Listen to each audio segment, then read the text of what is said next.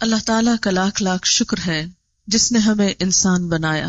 وہ چاہتا تو کوئی بھی اور مخلوق بنا سکتا تھا اور ہم اس سے شکوہ تک نہ کر سکتے تھے، لیکن یہ اس کا احسان ہے کہ اس نے ہمیں انسان پیدا کیا اور طرح طرح کی نعمتیں ہمارے لیے بنائیں. زمین پر جو کچھ بھی ہے وہ سب کچھ ہمارے لیے بنایا گیا. ارشاد باری تعالیٰ ہے خلق لکم ما فی الارض جمیعا، زمین میں جو کچھ ہے سارے کا سارا اس نے تمہارے لیے بنایا ہے.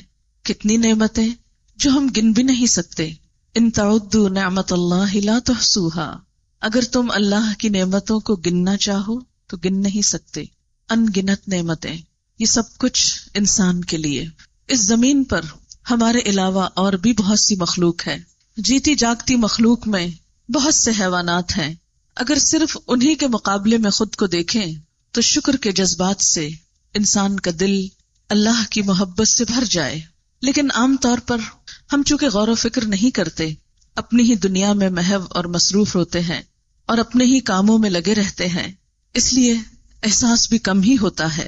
اگر ہم دیکھیں تو مثال کے طور پر کسی بھی جانور کو جو لباس ملتا ہے، خواہ وہ کتنا ہی خوبصورت ہو، بس زندگی میں ایک ہی بار ملتا ہے، ایک ہی رنگ ملتا ہے.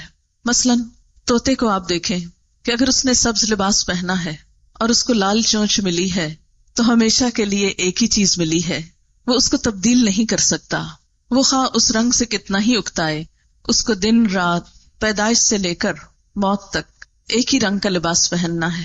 اس کے برعکس انسان کو دیکھیے، اور خاص طور پر خواتین، کہ زندگی میں کتنے بے شمار رنگوں سے ہم نے لطف اٹھایا، جب چاہا جیسا چاہا پہنا، اپنی مرضی سے، اپنے شوق سے. پھر اسی طرح آپ دیکھیے کہ کھانے میں ایک گائے بھینس کیا کھاتی ہے؟ گھاس، چارہ. کیا ذائقہ ہوتا ہے اس کا؟ کچھ بھی تو نہیں. لیکن اس کے برعکس ہماری زبان بیک وقت کتنے مختلف ذائقے چکھتی ہے.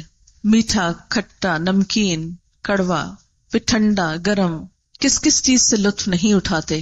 صرف ایک زبان کے اوپر اگر ذائقے کی یہ حس نہ ہوتی تو ہم کتنی ہی چیزوں کا لطف اٹھانے سے رہ جاتے. اس کے برعکس جانور اس نعمت سے محروم ہیں. پھر اسی طرح سونگھنے کی جو حس دی، اسی طرح دیکھنے کی جو صلاحیت بخشی، اسی طرح بولنے کی جو صلاحیت دی، کتنی انمول ہے یہ صلاحیت کہ اپنی خوشی، غم، دکھ، ہر چیز کا اظہار کر سکتے ہیں. تھوڑی دیر کے لیے سوچئے کہ اگر ہمیں خوشی ہو اور ہم ہنس نہ سکیں تو خوشی کا کیا لطف. اگر ہم غمگین ہوں اور رو نہ سکیں تو زندگی کا کیا لطف. یہ رونا، یہ ہنسنا، یہ بولنا، یہ سب کچھ اس کی نعمتیں ہیں. لیکن ہم نے ان چیزوں کو نعمت کے طور پر کم ہی لیا ہے. جانور بےچارے ہر موقع پر ایک ہی آواز نکال دیتے ہیں. چڑیا کو دیکھیے، ایک ہی طرح کی چو چو کرتی ہے، کبھی سمجھ میں نہیں آتا. گھنٹوں بھی اس کو دیکھتے سنتے رہیں کہ اب اس نے کس کام کے لیے چوں پکاری ہے، غصے میں ہے یا خوشی میں ہے، سوائے اس کے کہ تھوڑے بہت ری ایکشن سے یا بیہیویئر سے پتہ چلتا ہے. لیکن اس کی بولی اور اس کی زبان تو کچھ بھی نہیں بتاتی. یہ سب کچھ انسان کے لیے. پھر انسان کی شکل و صورت اللہ تعالیٰ قرآن پاک میں فرماتے ہیں لَقَدْ خَلَقْنَا الْإِنسَانَ فِي أَحْسَنِ تَقْوِيمٍ، ہم نے انسان کو بہترین حالت پر پیدا کیا، سب سے بہترین شکل پر پیدا کیا. کبھی ہم نے غور کیا کہ جانوروں کے جسم میں بھی ہڈیاں ہوتی ہیں، ریڑھ کی ہڈی بھی ہوتی ہے، لیکن وہ سیدھے کھڑے نہیں ہو سکتے. ہم انسان سیدھے کھڑے ہو سکتے ہیں. اور پھر اللہ تعالیٰ نے گوشت اور ہڈی کا جو امتزاج بنایا، اگر جسم کو ہڈیوں سے خالی کر دیں تو آپ دیکھیں گے کہ محض گوشت کا ایک ڈھیر جو زمین پر پھسلتا پھرے، نہ چل سکے، نہ بھاگ سکے، اور اس کی ساری خوبصورتی اور سارا حسن ختم ہو کر رہ جائے. یہ اللہ ہی کی نعمتیں ہیں جو دن رات ہم استعمال کر رہے ہیں. اور اگر اس میں ذرہ برابر خلل آ جائے تو ہم بسا اوقات انتہائی بے بس ہو کر رہ جاتے ہیں. دماغ کی خرابی کا سبب بسا اوقات صرف ایک سیل کا ڈس آرڈر ہو سکتا ہے. نگاہ کی خرابی کا سبب بسا اوقات بالکل ایک چھوٹے سے حصے میں کوئی ڈس آرڈر ہو سکتا ہے، کوئی ایسی گروتھ ہو سکتی ہے جو اب نارمل ہو. انسان کے منہ کو دیکھیے کہ ہماری آنکھوں کو دیکھنے کے قابل بنانے کے لیے ان میں تری ہے. اگر یہ ویٹنس زیادہ ہو جائے اور آنسوں کی شکل میں ہر وقت منہ کے اوپر پانی کے قطرے گرتے رہیں تو ہم کیا کر سکتے ہیں؟ وقت ضرورت ہمیں پسینہ آتا ہے، لیکن اگر یہ ضرورت سے زیادہ ہو جائے تو ہمارا کیا حال ہو جائے. اسی طرح اگر منہ سے ہر وقت رال ٹپکتا رہے تو ہمارا حلیہ کیا ہو جائے، شاید کوئی ہماری طرف دیکھنا پسند نہ کرے. جیسے بسا اوقات جن لوگوں کے ذہن میں کوئی خلل آ جاتا ہے اور وہ اپنے اعصاب پر کنٹرول نہیں کر پاتے تو بعض اوقات ان کو دیکھ کر ترس آتا ہے. لیکن اللہ تعالیٰ نے ہمیں یہ ساری نعمتیں عطا کی. کبھی سوچا ہم نے کہ ہم نے ان ساری نعمتوں کے جواب میں اس کو کیا دیا؟ کتنے کی خریدی تھی یہ سب چیزیں؟ آنکھ کے لیے کتنی قیمت دی تھی؟ اس بولنے کی کتنی قیمت جمع کرائی تھی؟ اس کے عوض کتنا کچھ اللہ کے ہاں جمع کرایا؟ اس چلنے پھرنے کی قوت کے لیے ہم نے اپنے رب کو کیا دے رکھا ہے؟ کچھ بھی تو نہیں. پھر ان ساری نعمتوں میں آپ دیکھیے کہ ہم جتنی چاہتے ہیں استعمال کرتے جاتے ہیں، سال ہر سال تک ان کو استعمال کرتے ہیں. ان نعمتوں کے علاوہ اس کی ایک بڑی نعمت کہ اس نے ہمیں مسلمان بنایا، ہدایت کی نعمت، اپنی پہچان، اپنا نام جو اس نے ہم کو دیا. تو ہم دنیا کے خوش قسمت ترین انسانوں میں سے ہیں. کئی ارب انسانوں میں سے وہ انسان ہیں کہ جن کو اللہ نے پیدائشی طور پر اسلام کی نعمت عطا کی. دنیا کی یہ ساری نعمتیں ہیں، لیکن اللہ تعالیٰ بطور خاص جس چیز کو نعمت قرار دیتے ہیں وہ دین اسلام کی نعمت ہے. الیوم اکملت لکم دینکم واتممت علیکم نعمتی، کہ آج میں نے تمہارا دین تمہارے لیے مکمل کر دیا اور اپنی نعمت تم پر تمام کر دی. وردیت لکم الاسلام دینا، اور تمہارے لیے دین اسلام کو پسند کیا. تھوڑی دیر کے لیے سوچئے کہ اگر ہم کسی ایسے گھرانے میں پیدا ہو جاتے کہ ہمیں یہ نعمت نہ ملتی تو ہم میں سے کتنے ایسے تھے کہ جو کوشش اور محنت سے اس نعمت کو پا سکتے. لیکن ان ساری نعمتوں میں جو ایک اور بہت بہترین نعمت ہے وہ یہ کہ ہمیں اللہ کے رسول صلی اللہ علیہ وسلم کی امت میں سے پیدا کیا گیا. اللہ تعالیٰ قرآن پاک میں اس نعمت کا بھی بطور خاص ذکر فرماتے ہیں. لقد من اللہ علی المؤمنین اذ بعث فیہم رسولا من انفسہم یتلو علیہم آیاتہ ویزکیہم ویعلمہم الکتاب والحکمہ وان کانوا من قبل لفی ضلال مبین، کہ اللہ نے اہل ایمان پر بہت بڑا احسان کیا جب ایک رسول ان کے اندر انہی میں سے اٹھایا جو ان پر اس کی آیات پڑھ کر سناتا ہے، ان کا تزکیہ کرتا ہے، انہیں کتاب اور حکمت کی تعلیم دیتا ہے، اور اس سے قبل وہ کھلی گمراہی میں مبتلا تھے. تو گویا زندگی کی تمام نعمتوں میں جس نعمت کا اللہ پاک نے ذکر خاص طور پر کیا وہ رسول اکرم صلی اللہ علیہ وسلم کی ذات ہے، اور آپ کے ذریعے سے ملنے والی کتاب ہے، اور آپ کے ذریعے سے ملنے والی وہ حکمت کی باتیں ہیں جو انسانی زندگی کو سنوارتی ہیں، انسان کے اخلاق کو بہتر بناتی ہیں، اور انسان کو اس دنیا میں بھی جینے کا لطف دیتی ہیں اور آخرت میں بھی. دنیا میں جو کچھ بھی ہمیں ملا دو نعمتوں کی شکل میں، ایک ہمارے جسم کے لیے، دوسری ہماری روح کے لیے. ان تمام نعمتوں کو دے کر اللہ تعالیٰ ہم سے یہ نہیں چاہتے کہ ہم ان نعمتوں کو چھوڑ کر ایک طرف رکھ کے کنارہ کشی کر کے دنیا سے منہ موڑ کر بیٹھ جائیں. اسلام ہمیں ایسی کوئی تعلیم نہیں دیتا. اسلام میں کسی رہبانیت کا تصور نہیں. اسلام میں نیکی یہ نہیں کہ آپ نعمتوں کو ٹھکرا دیں. یہاں نیکی یہ نہیں کہ آپ ان سے منہ موڑ لیں. یہاں نیکی یہ ہے کہ ان نعمتوں کو استعمال کریں اور صحیح طور پر استعمال کریں. ان میں اپنا حق بھی لگائیں اور دوسروں کو بھی ان کا حق دیں، اور ان نعمتوں کو پا کر اللہ کا شکر ادا کریں. اس لیے کہ دو رویے ہوتے ہیں، ایک نعمت کو پا کر شکر ادا کرنے کا اور ایک اس کے برعکس تکبر کرنے کا. جب بھی انسان کو کچھ ملتا ہے تو انسان یا تو شکر گزار ہوتا ہے یا پھر خود پسند ہو جاتا ہے، متکبر ہو جاتا ہے. تکبر کیا چیز ہے کہ جب انسان کو کوئی نعمت ملے تو وہ اس نعمت کو پا کر خود کو اتنا بڑا سمجھنے لگے کہ اپنے ہی جیسے دوسرے انسان اس کو چھوٹے نظر آنے لگے. یہ رویہ جہاں خالق کائنات کو پسند نہیں وہاں مخلوق کو بھی اچھا نہیں لگتا. ایسا کرنے والے جہاں اللہ کی محبت نہیں پاتے وہاں مخلوق کی محبت سے بھی محروم رہتے ہیں. اسلام بنیادی طور پر ہمیں اسی رویے کی اصلاح کرنا سکھاتا ہے. اب دیکھیے کہ قرآن پاک کی ابتدا جن الفاظ سے ہوتی ہے وہ ہے الحمدللہ رب العالمین، کہ سب تعریف اللہ کے لیے ہے، سب شکر اللہ کے لیے ہے.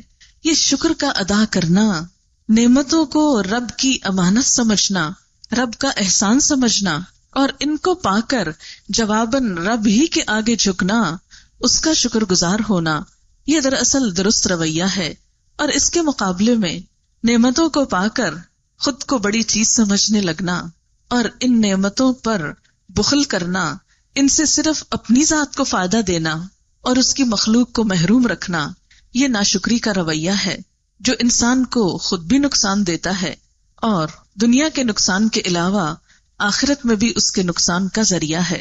مثال کے طور پر نعمت کیا ہے؟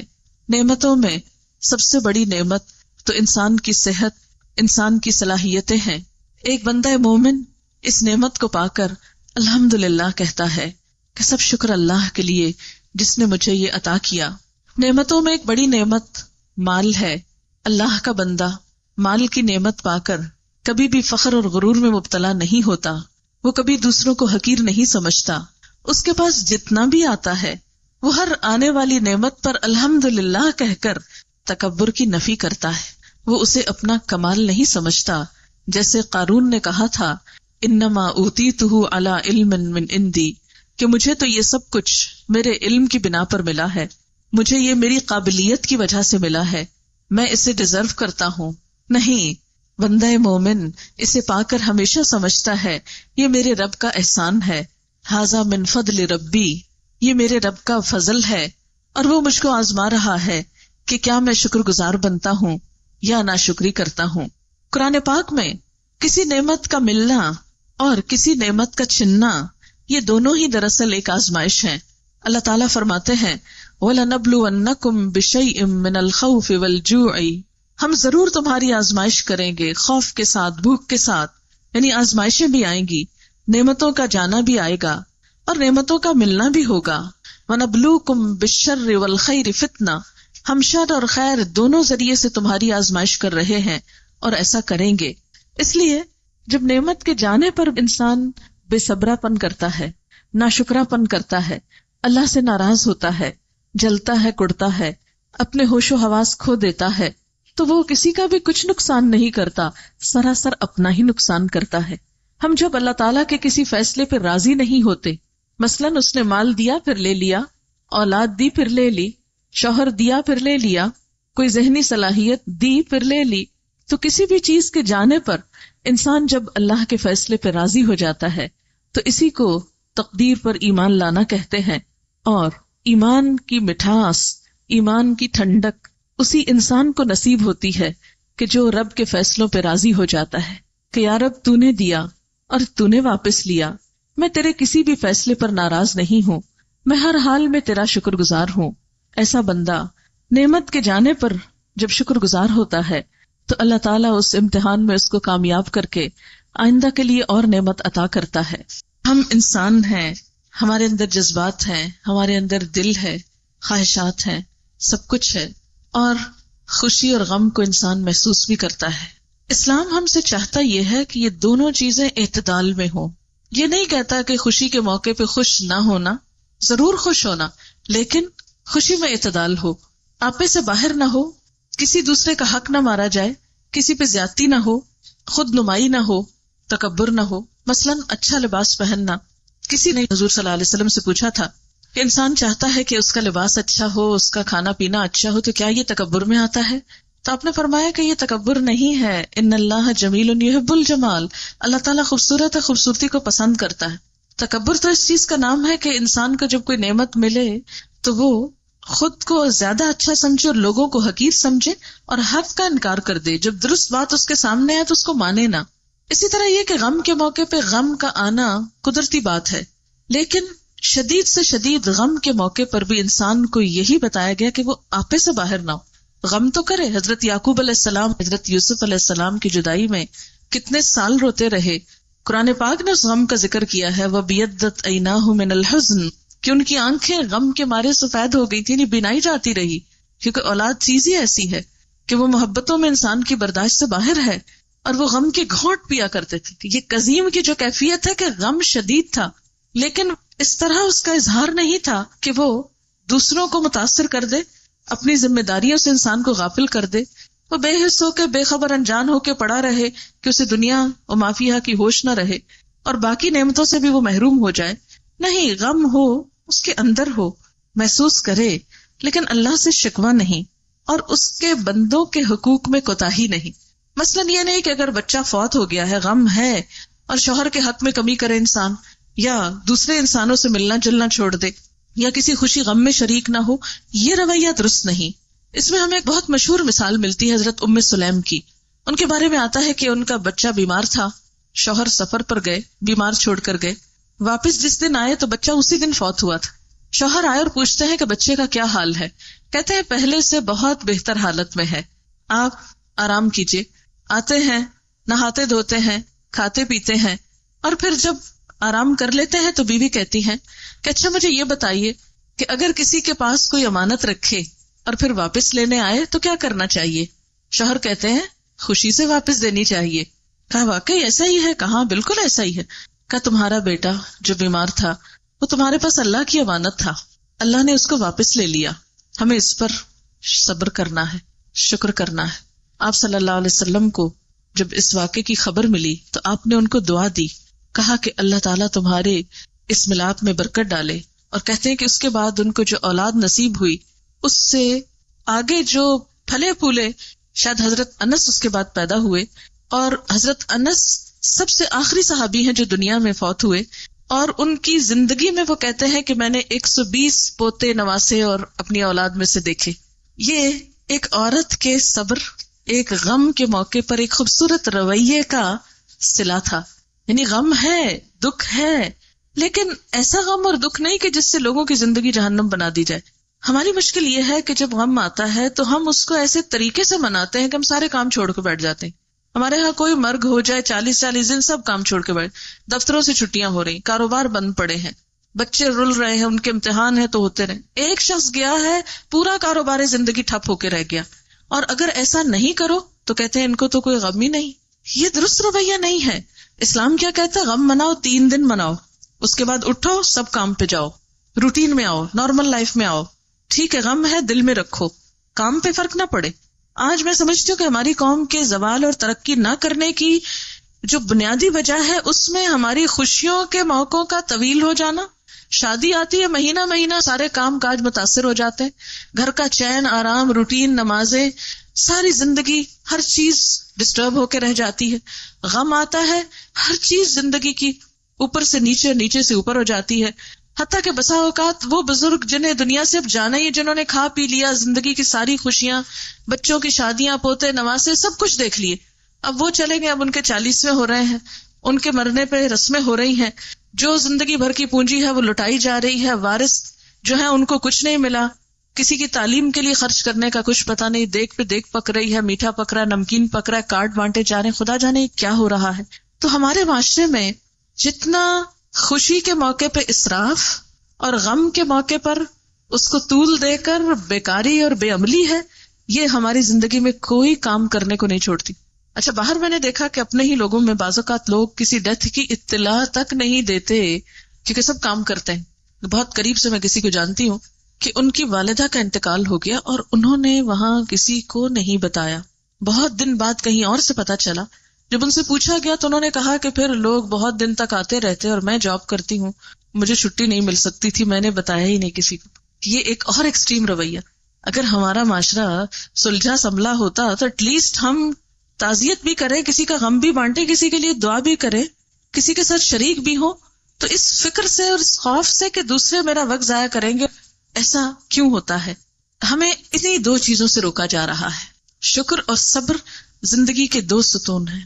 زندگی میں اعتدال کے ساتھ قائم رہنے کے لیے 2 لازمی ہتھیار ہیں جو انسان کو بیلنس رکھتے ہیں، اعتدال میں رکھتے ہیں، اور اعتدال میں رہتے ہوئے ہی اس زندگی سے بھرپور فائدہ اٹھایا جا سکتا. آپ دیکھیے کہ اس زندگی کا ایک ایک لمحہ قیمتی ہے، کیونکہ ہر لمحہ جو جاتا ہے واپس نہیں آئے گا. جو جوانی چلی جاتی ہے پلٹ کے نہیں آتی، جو صحت جاتی ہے پلٹ کے نہیں آتی. یہ ہمیں دی گئی ہے کچھ کرنے کے لیے اور کمائی کر کے کل اس کا فائدہ اٹھانا ہے، اور جب فائدہ اٹھانے کا وقت آئے گا پھر پلٹ نہیں سکیں گے. لیکن آج ہمیں اس وقت کی قدر نہیں. ہم جن بڑے بڑے بزرگان دین کی بات کرتے ہیں وہ بھی انسانوں میں سے تھے، وہ کوئی اور مخلوق نہیں تھے. ان کو بھی ہمارے ہی جیسا جسم ملا، ہماری ہی جیسی قوتیں ملی، صلاحیتیں ملی، دنیا کی نعمتیں ملی، لیکن ان کا رویہ مختلف تھا ہمارے رویے سے، اور اسی مختلف رویے نے ان کو عزت اور بلندی عطا کی.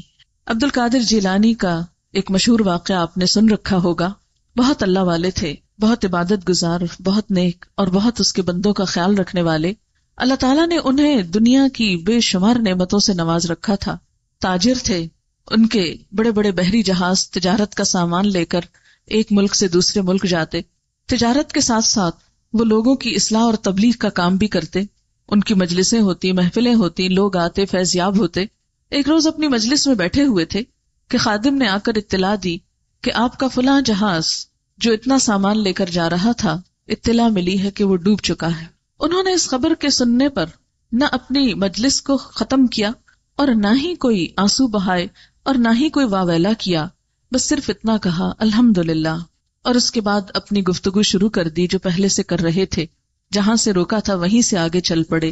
دوسرے دن اسی قسم کی پھر مجلس تھی کہ اسی خادم نے دوبارہ آ کر کہا کہ حضرت وہ کل والی اطلاع غلط تھی اور جس جہاز کے غرق ہونے کی خبر تھی وہ جھوٹی تھی.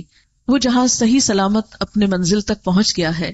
تو اس پر بھی کہنے لگے الحمدللہ.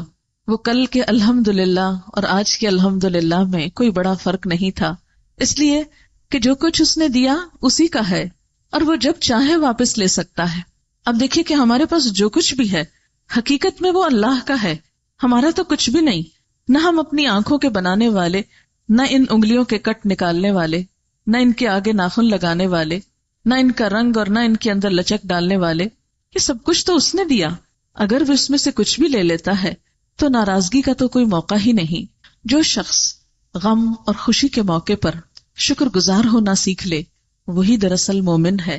اسی نے اسلام کا لطف پایا، اسی نے زندگی کا مزہ اٹھایا، اور وہی اپنے رب کے ہاں محبوب ترین ہے. وہی اپنے رب کے ہاں پھر بلند درجے پائے گا، وہی جنت کا مستحق ہے.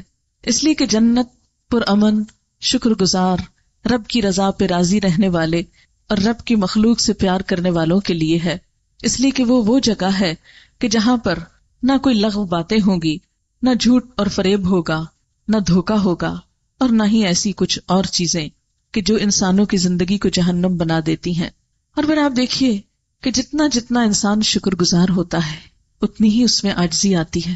جب عاجزی آتی ہے تو رب کی مخلوق سے بھی محبت ہوتی ہے. پھر جب مال ملتا ہے تو انسان اسے صرف اپنے لیے نہیں رکھ دیتا، اس کا دل ایک ایک بندے پہ تڑپ اٹھتا ہے. کون بھوکا ہے، کون بے لباس ہے، کون بیمار ہے، کون مدد کا مستحق ہے. میرے رب نے مجھے جو کچھ دیا ہے یہ میرے پاس امانت ہے. اس نے مجھے آنر بخشا کہ میرے ذریعے سے اس کے بندوں پر خرچ ہو. یہ برعکس معاملہ بھی ہو سکتا تھا کہ یہ نعمت کسی اور کو دے دیتا اور مجھے محروم کر دیتا، میرا حق کسی اور کے پاس چلا جاتا اور میں بھی پھر یوں ہی ترستا پائی پائی کو، قطرے قطرے کو. نہیں، اسی لیے ہم دیکھتے ہیں کہ اول دور کے مسلمان فقیر کے گھر آنے سے پہلے ہی صدقہ اٹھا کر گھوما کرتے تھے کہ ہے کوئی لینے والا. وہ خود ڈھونڈ ڈھونڈ کر، تلاش کر کر کے ضرورت مندوں تک پہنچایا کرتے تھے. وہ اس بات کی نوبت نہیں لاتے تھے کہ ضرورت مند ان کے دروازے تک آئیں. وہ ضرورتوں کو محسوس کرتے تھے اس لیے کہ وہ جانتے تھے کہ اس میں ان کی اپنی بھلائی ہے، اس میں ان کی اپنی جنت کی کمائی ہے کہ وہ اللہ کی مخلوق تک خیر اور فیض پہنچا کر خود اپنی منزل اور اپنی آخرت اور اپنے مستقبل کو محفوظ کریں. لیکن جب انسان شکر گزار نہیں ہوتا اور اس کے برعکس متکبر ہوتا ہے تو پھر اس کا رویہ کیا ہوتا ہے کہ جب اس کو ملتا ہے تو وہ اپنے جیسا کسی کو نہیں سمجھتا. وہ شیخی بگارتا ہے، وہ ڈینگے مارتا ہے، وہ پھر صرف ان جگہوں پہ مال خرچ کرتا ہے جہاں سے اس کو تعریف ملے، جہاں سے اس کی شہرت ہو، جہاں اس کی شان میں اضافہ ہو. وہ پھر مال صرف وہاں خرچ کرتا ہے کہ جہاں اس کی ذاتی شان و شوکت میں اضافہ ہوتا ہے، جہاں اس کے ذریعے وہ خود اپنی بڑائی کے کچھ اور اظہار کر سکتا ہو، خواہ خلق خدا کو کچھ فائدہ پہنچے یا نہ پہنچے. اور یہی رویہ ہے جو دراصل انسان کو نقصان دیتا ہے اور انسان کو دنیا میں بھی ایک غیر اعتدالی زندگی کی طرف لے جاتا ہے. ایسا انسان جو دوسروں کو خوشی نہ دے خود کبھی بھی خوشی نہیں پا سکتا. اللہ تعالیٰ نے خوشیوں کا راز، سکون کا راز رکھا ہی اس میں کہ تم دوسروں کو خوش کرو، میں تمہیں خوش کر دوں گا. تم دوسروں کی ضرورت پوری کرو، تمہاری ضروریات میں پوری کروں گا. تم دوسروں کی پردہ پوشی کرو، تم دوسروں کو ڈھانکو، میں تم کو ڈھانکوں گا. آپ صلی اللہ علیہ وسلم نے بھی فرمایا کہ جب تک کوئی بندہ کسی دوسرے بندے کی مدد میں ہوتا ہے اللہ تعالیٰ اس بندے کی مدد میں ہوتا ہے. اور آپ دیکھیں کہ جس بندے کو پھر رب کی مدد مل جائے اس کے لیے پھر کس چیز کی کمی ہو سکتی ہے، اسے زندگی میں پھر کہاں کوئی پریشانی ہو سکتی ہے. اسے پورا اطمینان ہوتا ہے، اعتماد ہوتا ہے، یقین ہوتا ہے کہ میرا یہ کام ہو کر رہے گا اس لیے کہ میرا رب میرا مددگار ہے، وہ مجھے تنہا نہیں چھوڑے گا. کیونکہ ایک مسلمان کی تعریف یہ بتائی گئی کہ مسلمان کو تنہا نہیں چھوڑتا، کسی مصیبت میں نہیں چھوڑتا، اس پہ ظلم نہیں کرتا، اس کو رسوا نہیں کرتا، اسے بے یار و مددگار نہیں چھوڑتا. اور یہی دراصل شکر کا اظہار ہے. شکر گزاری صرف زبان سے نہیں ہوا کرتی، شکر گزاری دل سے شروع ہوتی ہے، پھر رویوں میں آتی ہے، انداز سے جھلکتی ہے، انسان کے اعمال سے جھلکتی ہے. اس لیے کہ جہاں وہ رب کا شکر گزار ہوتا ہے وہاں پھر وہ رب کا اطاعت گزار بھی ہوتا ہے. یہ نہیں ہو سکتا کہ بندہ رب کی طرف سے آنے والی نعمتیں تو استعمال کرتا جائے اور پھر پلٹ کر یہ نہ سوچے کہ مجھے کیا کرنا ہے، میری ذمہ داری کیا ہے. اب دیکھیے کہ جس کے لیے بھی دل میں شکر گزاری کے جذبات آتے ہیں قدرتی طور پر دل میں اس کی محبت جاگ جاتی ہے. کوئی بھی انسان جو آپ کے ساتھ اچھا سلوک کرتا ہو، اور انسان تو کیا، انسان کے ساتھ جانوروں کو بھی آپ نے دیکھا ہوگا کہ بعض انسان جب جانوروں کو پالتے ہیں، ان سے محبت کرتے ہیں تو وہ ان کے کتنے وفادار ہو جاتے ہیں. کتے جیسی چیز کوئی دیکھ لیجیے جسے دور سے دیکھ کے ڈر لگتا ہے، کم ہی لوگ ہوں گے جو کتے کو دیکھ کر ادھر ادھر بھاگنے یا چھپنے کی فکر میں نہ ہو کہ ہم کو نہ پڑ جائے. لیکن کتے جیسی ظالم چیز بھی کہ جو ہر راہ گزر پر بھونکے، جب اس کو محبت ملتی ہے، جب اس کو توجہ ملتی ہے تو وہ اپنے مالک کا وفادار ہو جاتا ہے، اور اتنی وفاداری کہ جتنی شاید کوئی انسان بھی انسان کے ساتھ نہ کرے. اسی طرح بعض سانپ پالنے والوں کو بھی آپ نے دیکھا ہوگا کہ کس طرح وہ مالک کے اشاروں پہ ناچتے ہیں. اسی طرح بہت سی اور مخلوق. تو جس مخلوق کو بھی آپ پیار دیں، محبت دیں، کیئر دیں تو پھر ہو نہیں سکتا کہ وہ آپ کی نہ ہو جائے. بالکل اسی طرح جب انسان کسی انسان کے ساتھ محبت کا برتاؤ کرتا ہے، خلوص کا برتاؤ کرتا ہے تو ہو نہیں سکتا کہ پھر آپ اس کا دل نہ جیت سکیں. اور پھر جب انسان کا یہی معاملہ اس کے رب کے ساتھ ہوتا ہے کہ جو ہی بندے کو نعمت ملی اس کے دل میں رب کی محبت جاگی، اس نے شکر ادا کیا، تو پھر ہو نہیں سکتا کہ انسان کا دل رب کی یاد سے خالی رہے. اس کا لازمی نتیجہ یہ ہوتا ہے کہ انسان اپنی زبان سے اس کا اظہار کرتا ہے. تو شکر کا لازمی نتیجہ پھر ذکر ہوتا ہے، اور ذکر میں جس طرح انسان اس انسان کو یاد کرتا ہے جس سے انسان کو خوشی ملتی ہے. اگر آپ اپنا جائزہ لیں کہ آپ سب سے زیادہ کس کو یاد کرتے ہیں، عموماً اسی کو کہ جس کے خیال سے بھی آپ کو خوشی ہو، تبھی آپ اس کو یاد کرتے ہیں. آپ کس سے ملنا پسند کرتے ہیں کہ جس سے مل کر آپ کو خوشی ہوتی ہو، لیکن کس کے پاس جانا نہیں چاہتے کہ جس کے پاس جا کر آپ کی خوشی کے بجائے پریشانی میں اضافہ ہو. تو بالکل اسی طرح ایک بندے کی اللہ تعالیٰ سے شکر گزاری کا پہلا رویہ کیا ہوتا ہے کہ اللہ کی محبت دل محسوس کرنے لگتا ہے. پھر انسان تنہائی میں بھی اپنے رب کو یاد کرنے لگتا ہے. ایمان کی پہچان یہ ہے کہ انسان تنہائی میں اپنے رب کو یاد کرے. ایک روایت میں آتا ہے کہ تم 3 جگہوں پر اپنے دل کا جائزہ لیا کرو اور دیکھو کہ دل کی کیا حالت ہے، اور اگر ان 3 مواقع پر تم اپنے رب کو یاد نہ کرو تو پھر جان لو کہ تمہارے سینے میں دل نہیں پتھر ہے. ان میں سے ایک موقع ذکر کی مجلسوں میں، دوسرا قرآن پڑھتے وقت، اور تیسرا تنہائی کے اوقات میں. یہ 3 مواقع ایسے ہیں کہ رب یاد آنا چاہیے، اور ہم دیکھتے ہیں کہ تنہائی میں جب رب یاد آتا ہے تو اس یاد کی لذت ہی کچھ اور ہے. اللہ سبحانہ و تعالیٰ نے ان آنکھوں کے لیے جہنم کی آگ کو حرام کر دیا کہ جو تنہائی میں اپنے رب کو یاد کر کے بہہ پڑے. یعنی انسان تنہائی میں اپنے رب کا ذکر کرے، رب کا خیال آئے، اس کی نعمتوں کا احساس جاگے، اور پھر انسان کی آنکھوں سے آنسو بہہ پڑے. ہم سب اپنے بارے میں سوچیں کہ زندگی میں کتنے مرحلے ایسے آئے، کتنے موقع ایسے آئے. کیا ہفتے میں 1 دن، کیا روز 1 بار، کیا مہینے میں 1 بار، کیا سال میں 1 بار، یا زندگی میں 1 بار؟ کتنی بار ایسا ہوا کہ آپ تنہا چلے جا رہے تھے کہ رب کی نعمتوں کے احساس سے آپ کا دل بھر اٹھا اور بھرا ہوا دل آنکھوں کے راہ بہ اٹھا. ایسے لمحات اور ایسے مواقع وقتاً فوقتاً آتے ہی رہنے چاہیے. اس لیے کہ اللہ تعالیٰ کی محبت کا ایسا اظہار جو ہر ریاکاری سے خالی ہو، ہر دکھاوے سے خالی ہو، کیونکہ انسان بسا اوقات جب کسی مجلس میں ہوتا ہے، جب اور لوگ اس کے ساتھ ہوتے ہیں، تو ہو سکتا ہے کوئی ایسی بات ہو کہ جس بات کی وجہ سے انسان اپنے رب کو یاد کرے یا کوئی اور اس کو یاد دلائے تو یاد آ جائے. لیکن خاص طور پر ایسے مواقع کہ جب صرف بندہ اور اس کا رب ہو، اور پھر انسان کسی دوسرے کے کہے بغیر اپنے رب کو یاد کرے، تو یہی یاد دراصل بہت قیمتی یاد ہے. ایسی ہی تنہائی میں بہائے ہوئے آنسو بہت قیمتی ہیں، اور ان آنکھوں پر جہنم کی آگ حرام ہے جو رب کو یاد کر کے بہہ پڑے. پھر آپ دیکھیے کہ انسان جب کسی کو یاد کرتا ہے تو اس یاد میں زبان کا ذکر بھی ہے، اور اس یاد میں کسی مجلس میں بیٹھ کر یاد کرنا بھی ہے.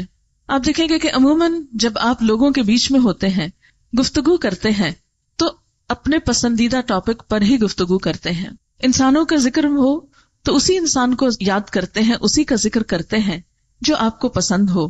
جس دل میں اللہ تعالیٰ کا شکر ہو، جس دل میں اللہ کی محبت ہو، جس دل میں اللہ کی یاد ہو، پھر ہو نہیں سکتا کہ اس زبان پر نہ ہو. اور جس زبان پر ہو، پھر وہ صرف تنہائی میں اور زیر لب ہی ذکر نہیں کرتی وہ زبان، بلکہ وہ جس مجلس میں بیٹھے گا اپنے رب کی بات کرے گا. پھر رب کی بات کر کے اس کو شرمندگی نہیں ہوگی، اس کو کوئی شرم نہیں آئے گی، وہ کسی احساس کمتری میں مبتلا نہیں ہوگا، اس لیے کہ ہم اپنے ہر پیارے کا ذکر کرتے ہوئے خوشی محسوس کرتے ہیں اور پورے کانفیڈنس کے ساتھ بات کرتے ہیں.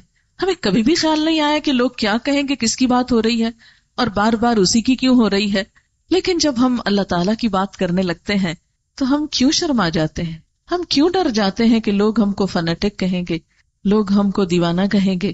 کیونکہ عام طور پر جب اللہ کا ذکر کیا جاتا ہے تو صرف اس ڈر سے روک لیا جاتا ہے کہ کس طرح بات کروں، لوگ کہیں گے اس کو تو ہر وقت بس اللہ ہی کی بات سوچتی ہے، لوگ مجھ کو ریاکار کہیں گے. ہاں، کہنے دو، یہی پہچان ہے اللہ کی محبت کی.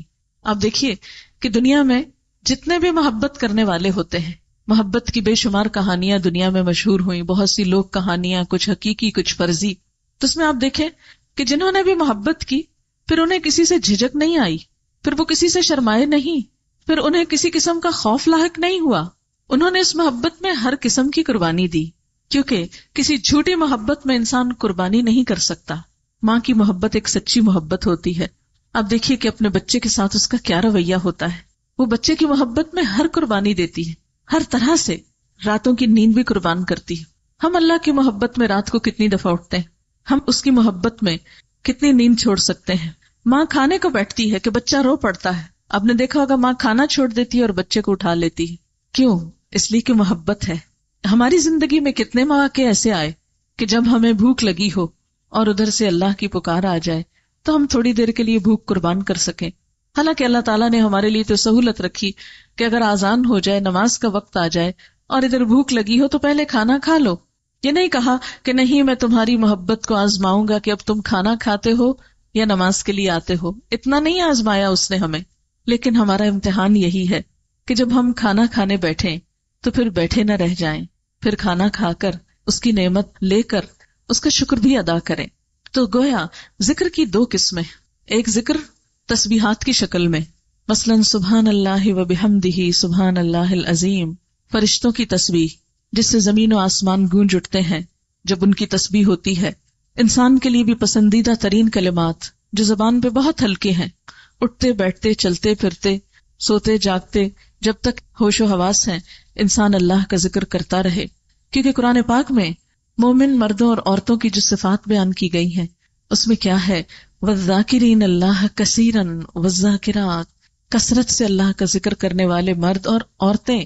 ذاکرات کہہ کر اللہ تعالیٰ نے خاص طور پر عورتوں کا ذکر بھی کیا. اب ایسے میں عام طور پر ہمارے ہاں بہت سی ایسی باتیں مشہور کر دی گئی کہ ذکر کے لیے باوضو ہونا لازم ہے، قبلہ روح ہونا لازم ہے، مصلی پہ بیٹھنا لازم ہے. نہیں، ہمارے دین میں بڑی وسعت ہے، بہت رخصت ہے. نبی صلی اللہ علیہ وسلم کے بارے میں آتا ہے کہ آپ ہر حال میں اللہ کو یاد کیا کرتے تھے، ہر موقع پر اللہ کا ذکر کیا کرتے تھے. مثلا واش روم جاتے ہوئے اور نکلتے ہوئے بس صرف اتنی دیر کہ جب انسان ایک ناپسندیدہ حالت میں ہے ورنہ دروازے پر قدم رکھتے ہوئے اور نکلنے کے فوراً بعد بھی ذکر ہے. کیوں؟ اس لیے کہ جس رب نے یہ ساری نعمتیں دیں، احسان کیے، اس کو ہر جگہ یاد کیا جائے. لہذا ذکر کی ایک قسم تو یہ کہ انسان کسی مجلس میں بیٹھا ہو، کہیں پر بھی ہو، اللہ نے قدرتی تسبیحاں ساتھ دی ہوئی ہیں، ہاتھوں کے اوپر نشان بنائے ہوئے ہیں، اور اس کا فائدہ یہ ہوتا ہے اگر نشان رکھ کے یا کسی چیز پر ذکر کیا جائے تو انسان کا پھر دھیان ہٹتا نہیں. اور آپ دیکھیے کہ حدیث پاک میں یہ بھی آتا ہے کہ جنت اور دوزخ تو چٹیل میدان ہے. انسان جب ذکر کرتا ہے تو یہ ذکر ہی ان کے سرسبز ہونے کا سبب بنتا ہے. یعنی قیامت کے دن اس شخص کی جنت اتنی ہی ہری ہوگی، اتنی ہی سرسبز ہوگی، آباد ہوگی، جتنا زیادہ وہ اللہ کا ذکر کرنے والا ہوگا. ایک اور روایت میں ایک ذکر کے بدلے ایک پودے کا ذکر کیا گیا ہے. بہرحال یہ ذکر انسان کے دل کو روشن کرتا ہے، دل کے اطمینان کا سبب بنتا ہے. قرآن پاک میں اللہ تعالیٰ فرماتے ہیں الا بذکر اللہ تطمئن القلوب، سنو دلوں کے اطمینان کا سبب اللہ کا ذکر ہی ہے. آج کی دنیا میں سب سے بڑا مسئلہ کیا ہے کہ دل بے چین ہے، غم ہے، دکھ ہے، ڈپریشن ہے، انجانا سا خوف ہے، کسی نہ کسی چیز کے توہم میں دل گرفتار ہے کہ نہ جانے کیا ہونے والا ہے. ان سب چیزوں سے نجات اور چھٹکارے کا نسخہ اللہ کا ذکر ہے. اس لیے کہ جس رب نے پیدا کیا، جب تک اس کو یاد نہیں رکھیں گے تو اس رب کی طرف سے وہ خاص سکینت اور اطمینان کی کیفیت ہو نہیں سکتی. اور ذکر کی دوسری قسم وہ خاص روٹین کا ذکر نہیں، بلکہ انسان جہاں بھی بیٹھا ہو، جو بھی موقع ہو، وہاں کسی نہ کسی طرح اللہ کی بات. ذکر کی پہلی قسم بہت آسان ہے. تہجد پڑھنا بھی آسان ہو جاتا ہے جب وہ روٹین بن جاتا ہے. گھر بیٹھ کے خاموشی سے تسبیح پڑھنا بھی آسان ہو جاتا ہے. لیکن کسی بھری مجلس میں اللہ کا شکر ادا کرنا، اللہ کی بات کرنا، اللہ کے کسی حکم پر عمل کر کے سب کے سامنے نکلنا، ذکر کی ایک تصویر بن جانا کہ جس کے بارے میں آپ صلی اللہ علیہ وسلم نے فرمایا کہ دوست وہ ہے جسے دیکھ کر خدا یاد آئے. تو کسی کو دیکھ کر خدا جبھی یاد آ سکتا ہے جب وہ دیکھنے میں بھی خدا کے احکام پر عمل کرنے والا ہو. اب دیکھیں کہ مختلف لوگ جس کسی چیز کے فین ہوتے ہیں اسی قسم کے لباس پہننے لگتے ہیں. ٹی شرٹس پر آپ دیکھیے، اسی طرح لباس کے مختلف حصوں پر دنیا کی مشہور کمپنیوں، بڑے بڑے کرکٹرز اور مشہور لوگوں کی تصویریں اور وہ سارے سمبلز اور ایسے تمام نشان دراصل کس چیز کی نشاندہی کر رہے ہیں کہ یہ فلاں کا چاہنے والا ہے، فلاں کو ماننے والا ہے. اگر انسان انسانوں کی محبت میں گرفتار ہو کر اپنے سینے پر نشان سجائے پھرتے ہیں تو اللہ کی محبت میں گرفتار لوگ کیا اس محبت کا اظہار نہیں کر سکتے؟ آخر وہی کیوں شرماتے ہیں اس محبت کے اظہار میں اور اس محبت کی بات میں؟ پھر آپ دیکھیے کہ جب انسان اللہ کا ذکر کرتا ہے تو اس کے ذکر کی ایک اور بہترین قسم اس کی کتاب ہے. اللہ کی کتاب اس کا ذکر ہے، اور بار بار قرآن پاک میں اس کو ذکر کے نام سے پکارا گیا ہے. اور اس میں اللہ تعالیٰ فرماتے ہیں کہ ہے میرا ذکر لیکن میں نے اس میں تمہارا ذکر کیا ہے، کیونکہ فَاذْكُرُونِی أَذْكُرْكُمْ، تم مجھے یاد کرو میں تم کو یاد کروں گا. تم میری کتاب پڑھتے ہو، فِیہ ذِکْرُکُمْ، اس میں تمہارا ہی ذکر ہے، تمہاری ہی باتیں ہیں، تمہارے ہی فائدے کی چیزیں ہیں، تمہارے ہی لیے خوشخبریاں ہیں، اور تمہیں کو برے انجام سے بچنے کے طریقے بتائے گئے ہیں. اس لیے قرآن پاک جیسا ذکر جس میں شفا بھی ہے، رحمت بھی ہے، سکون اور اطمینان بھی ہے، رہنمائی بھی ہے، جب انسان اس سے تعلق جوڑتا ہے تو یہ لگتا ہے جیسے کوئی مہربان ہستی ہر روز ہم سے کلام کرتی ہو اور ہمیں زندگی کے مسائل کی گتھیاں سلجھانے میں مدد دیتی ہو. دنیا کا انمول ذکر جس جیسی کوئی چیز ہے ہی نہیں. اللہ کا کلام، اللہ کی بات، ہم اللہ تعالیٰ کو چھو نہیں سکتے، اس کو دیکھ نہیں سکتے، لیکن اس کے الفاظ کو جب چھوتے ہیں، ان کو جب پڑھتے ہیں، ان کو جب دیکھتے ہیں تو دل کا حال ہی بدل جاتا ہے، براہ راست دل پہ اثر انداز ہوتا ہے. ذکر کی ایک اور قسم نماز. اللہ تعالیٰ فرماتے ہیں اقیم الصلاۃ لذکری، نماز میری یاد کے لیے قائم کرو. ایک ذکر تو ہم اپنی مرضی سے کرتے ہیں جب دل چاہتا ہے، اور ایک ذکر اس کے بلانے پہ کرتے ہیں. بالکل ایسے ہی ایک کھانا ہم گھر میں اپنی مرضی کا کھاتے ہیں اور ایک کسی کی دعوت میں جا کر کھاتے ہیں. کسی کی دعوت قبول نہ کی جائے تو آپ دیکھیے کہ وہ ناراض ہوتا ہے. آپ خود کو ہی دیکھیے کہ آپ اگر کسی کو بلاتے ہیں اور کوئی نہیں آتا تو آپ کو کیسا لگتا ہے. ایک دفعہ بلائیں، 2 دفعہ بلائیں، کئی دفعہ بلائیں، دن میں 5 دفعہ بلائیں، اور کوئی ایک دفعہ آئے اور کوئی ایک دفعہ بھی نہ آئے تو اللہ تعالیٰ کو یہ بات کس قدر ناراض کرنے والی ہے، اس کو ناراض کرنے والی چیز کہ وہ دن میں 5 دفعہ اپنے ذکر کی دعوت دیتا ہے. مثلاً نماز میں ہم کیا کرتے ہیں؟ ہاتھ منہ دھوتے ہیں، تیار ہوتے ہیں، پھر ہاتھ باندھ کے کھڑے ہو جاتے ہیں، پھر اس سے گفتگو کرتے ہیں. کھانے کی دعوت پر بھی تو ایسا ہی کرتے ہیں نا، ہاتھ منہ دھوتے ہیں، کسی کے ہاں جانا ہو تو لباس بھی پہنتے ہیں، تیار ہوتے ہیں اور پھر گفتگو کرتے ہیں. اور پھر آپ دیکھیے کہ کھانا تو ایک بہانہ ہوتا ہے، اصل چیز کیا ہے؟ گفتگو. بالکل اسی طرح نماز ایک روحانی غذا بھی ہے، وہ تو ایک بہانہ ہے، اصل میں یہ اللہ سے گفتگو ہے، اللہ کے آگے اپنے دکھ رکھنا ہے. وہ سارے گلے شکوے جو ہم لوگوں سے کرتے رہتے ہیں، وہ اللہ تعالیٰ کے ساتھ بات کر کے وہ سارے غم بھول جاتے ہیں. جسمانی پاکیزگی بھی ہے، اور روح کے اوپر پڑنے والی آلودگی اور روح کے اوپر پڑنے والے بوجھ ان کو اتارنے کا ذریعہ بھی ہے. لہذا کامیاب ہے وہ انسان جو یہ 2 لفظ جان لے، شکر اور ذکر، کہ اس کی طرف سے جو کچھ ملا اس پر شکر گزار ہو، تکبر نہ کرے، اس کے بندوں کے لیے ہر خیر کو عام کرنے والا ہو، خواہ وہ مال ہو خواہ وہ اچھی بات ہو، کیونکہ الکلمۃ الطیبۃ صدقہ، اچھی بات بھی صدقہ ہے. اچھے مشورے سے، عیادت سے، سلام کا جواب دے کر، چھینک کا جواب دے کر، کسی کی مدد کر کے، کسی کو راہ دکھا کے، کسی کو اونچا بول کر سنوا کے، کسی کی انگلی تھام کے، کسی بھی طرح چھوٹی چھوٹی خوشیاں دے کر انسان دراصل خود خوشیاں سمیٹتا ہے اور یہ تکبر کی نفی کرتا ہے. اور اگر کوئی شخص ان سب چیزوں کو پا کر اتنی گردن اکڑائے کہ نیچے کچھ نظر نہ آئے تو یہ ایک شیطانی رویہ ہے، کیونکہ شیطان نے بھی سب سے پہلے یہی کام کیا تھا، یہی کہا تھا انا خیر منہ، میں اس سے بہتر ہوں. تو خود کو بہتر سمجھنے والے کبھی خدا کی نگاہ میں بہتر نہیں ہوتے اور نہ اس کی مخلوق کی نگاہ میں. اور جس دل میں جتنا شکر آتا ہے اس زبان پر اتنا ہی رب کا ذکر آتا ہے، اور پھر رب کا نام لیتے ہوئے اسے کبھی جھجک نہیں آتی، رب کی کسی بات کو مانتے ہوئے اسے کبھی خوف نہیں آتا، اسے کبھی پریشانی نہیں ہوتی. وہ رب کی بات مان کر بھی اتنا ہی کانفیڈنٹ ہوتا ہے جتنا لوگ رب کی نافرمانی کر کے ہوتے ہیں، رب کو ناراض کر کے ہوتے ہیں، رب کو چیلنج کر کے جتنا کانفیڈنٹ فیل کرتے ہیں. بندہ مومن اللہ کی اطاعت میں اتنا ہی اطمینان اور سکون اور کانفیڈنس محسوس کرتا ہے. یہی چیز انسان کے لیے دنیا اور آخرت کی خوشیوں، سعادتوں، رحمتوں اور برکتوں کا ذریعہ بنتی ہے. اللہ تعالیٰ سے دعا ہے کہ وہ ہمیں شکر گزار دل اور ذکر کرنے والی زبان اور اطاعت کرنے والا انسان بنائے، اور وہ نعمتیں عطا کرے کہ جس سے ہم دنیا و آخرت میں کامیاب ہو سکیں، اور ان اعمال کی توفیق دے جس سے وہ راضی ہو جائے. وآخر دعوانا ان الحمد للہ رب العالمین. دعا کر لیتے ہیں. سبحان اللہ والحمد للہ ولا الہ الا اللہ واللہ اکبر ولا حول ولا قوة الا باللہ العلی العظیم. اللہم صل علی محمد وعلی آل محمد کما صلیت علی ابراہیم وعلی آل ابراہیم انک حمید مجید. اللہم بارک علی محمد وعلی آل محمد کما بارکت علی ابراہیم وعلی آل ابراہیم انک حمید مجید. ربنا آتنا فی الدنیا حسنۃ وفی الآخرۃ حسنۃ وقنا عذاب النار. ربنا لا تزغ قلوبنا بعد اذ ہدیتنا وہب لنا من لدنک رحمۃ انک انت للمتقین اماما. یا حی یا قیوم برحمتک نستغیث.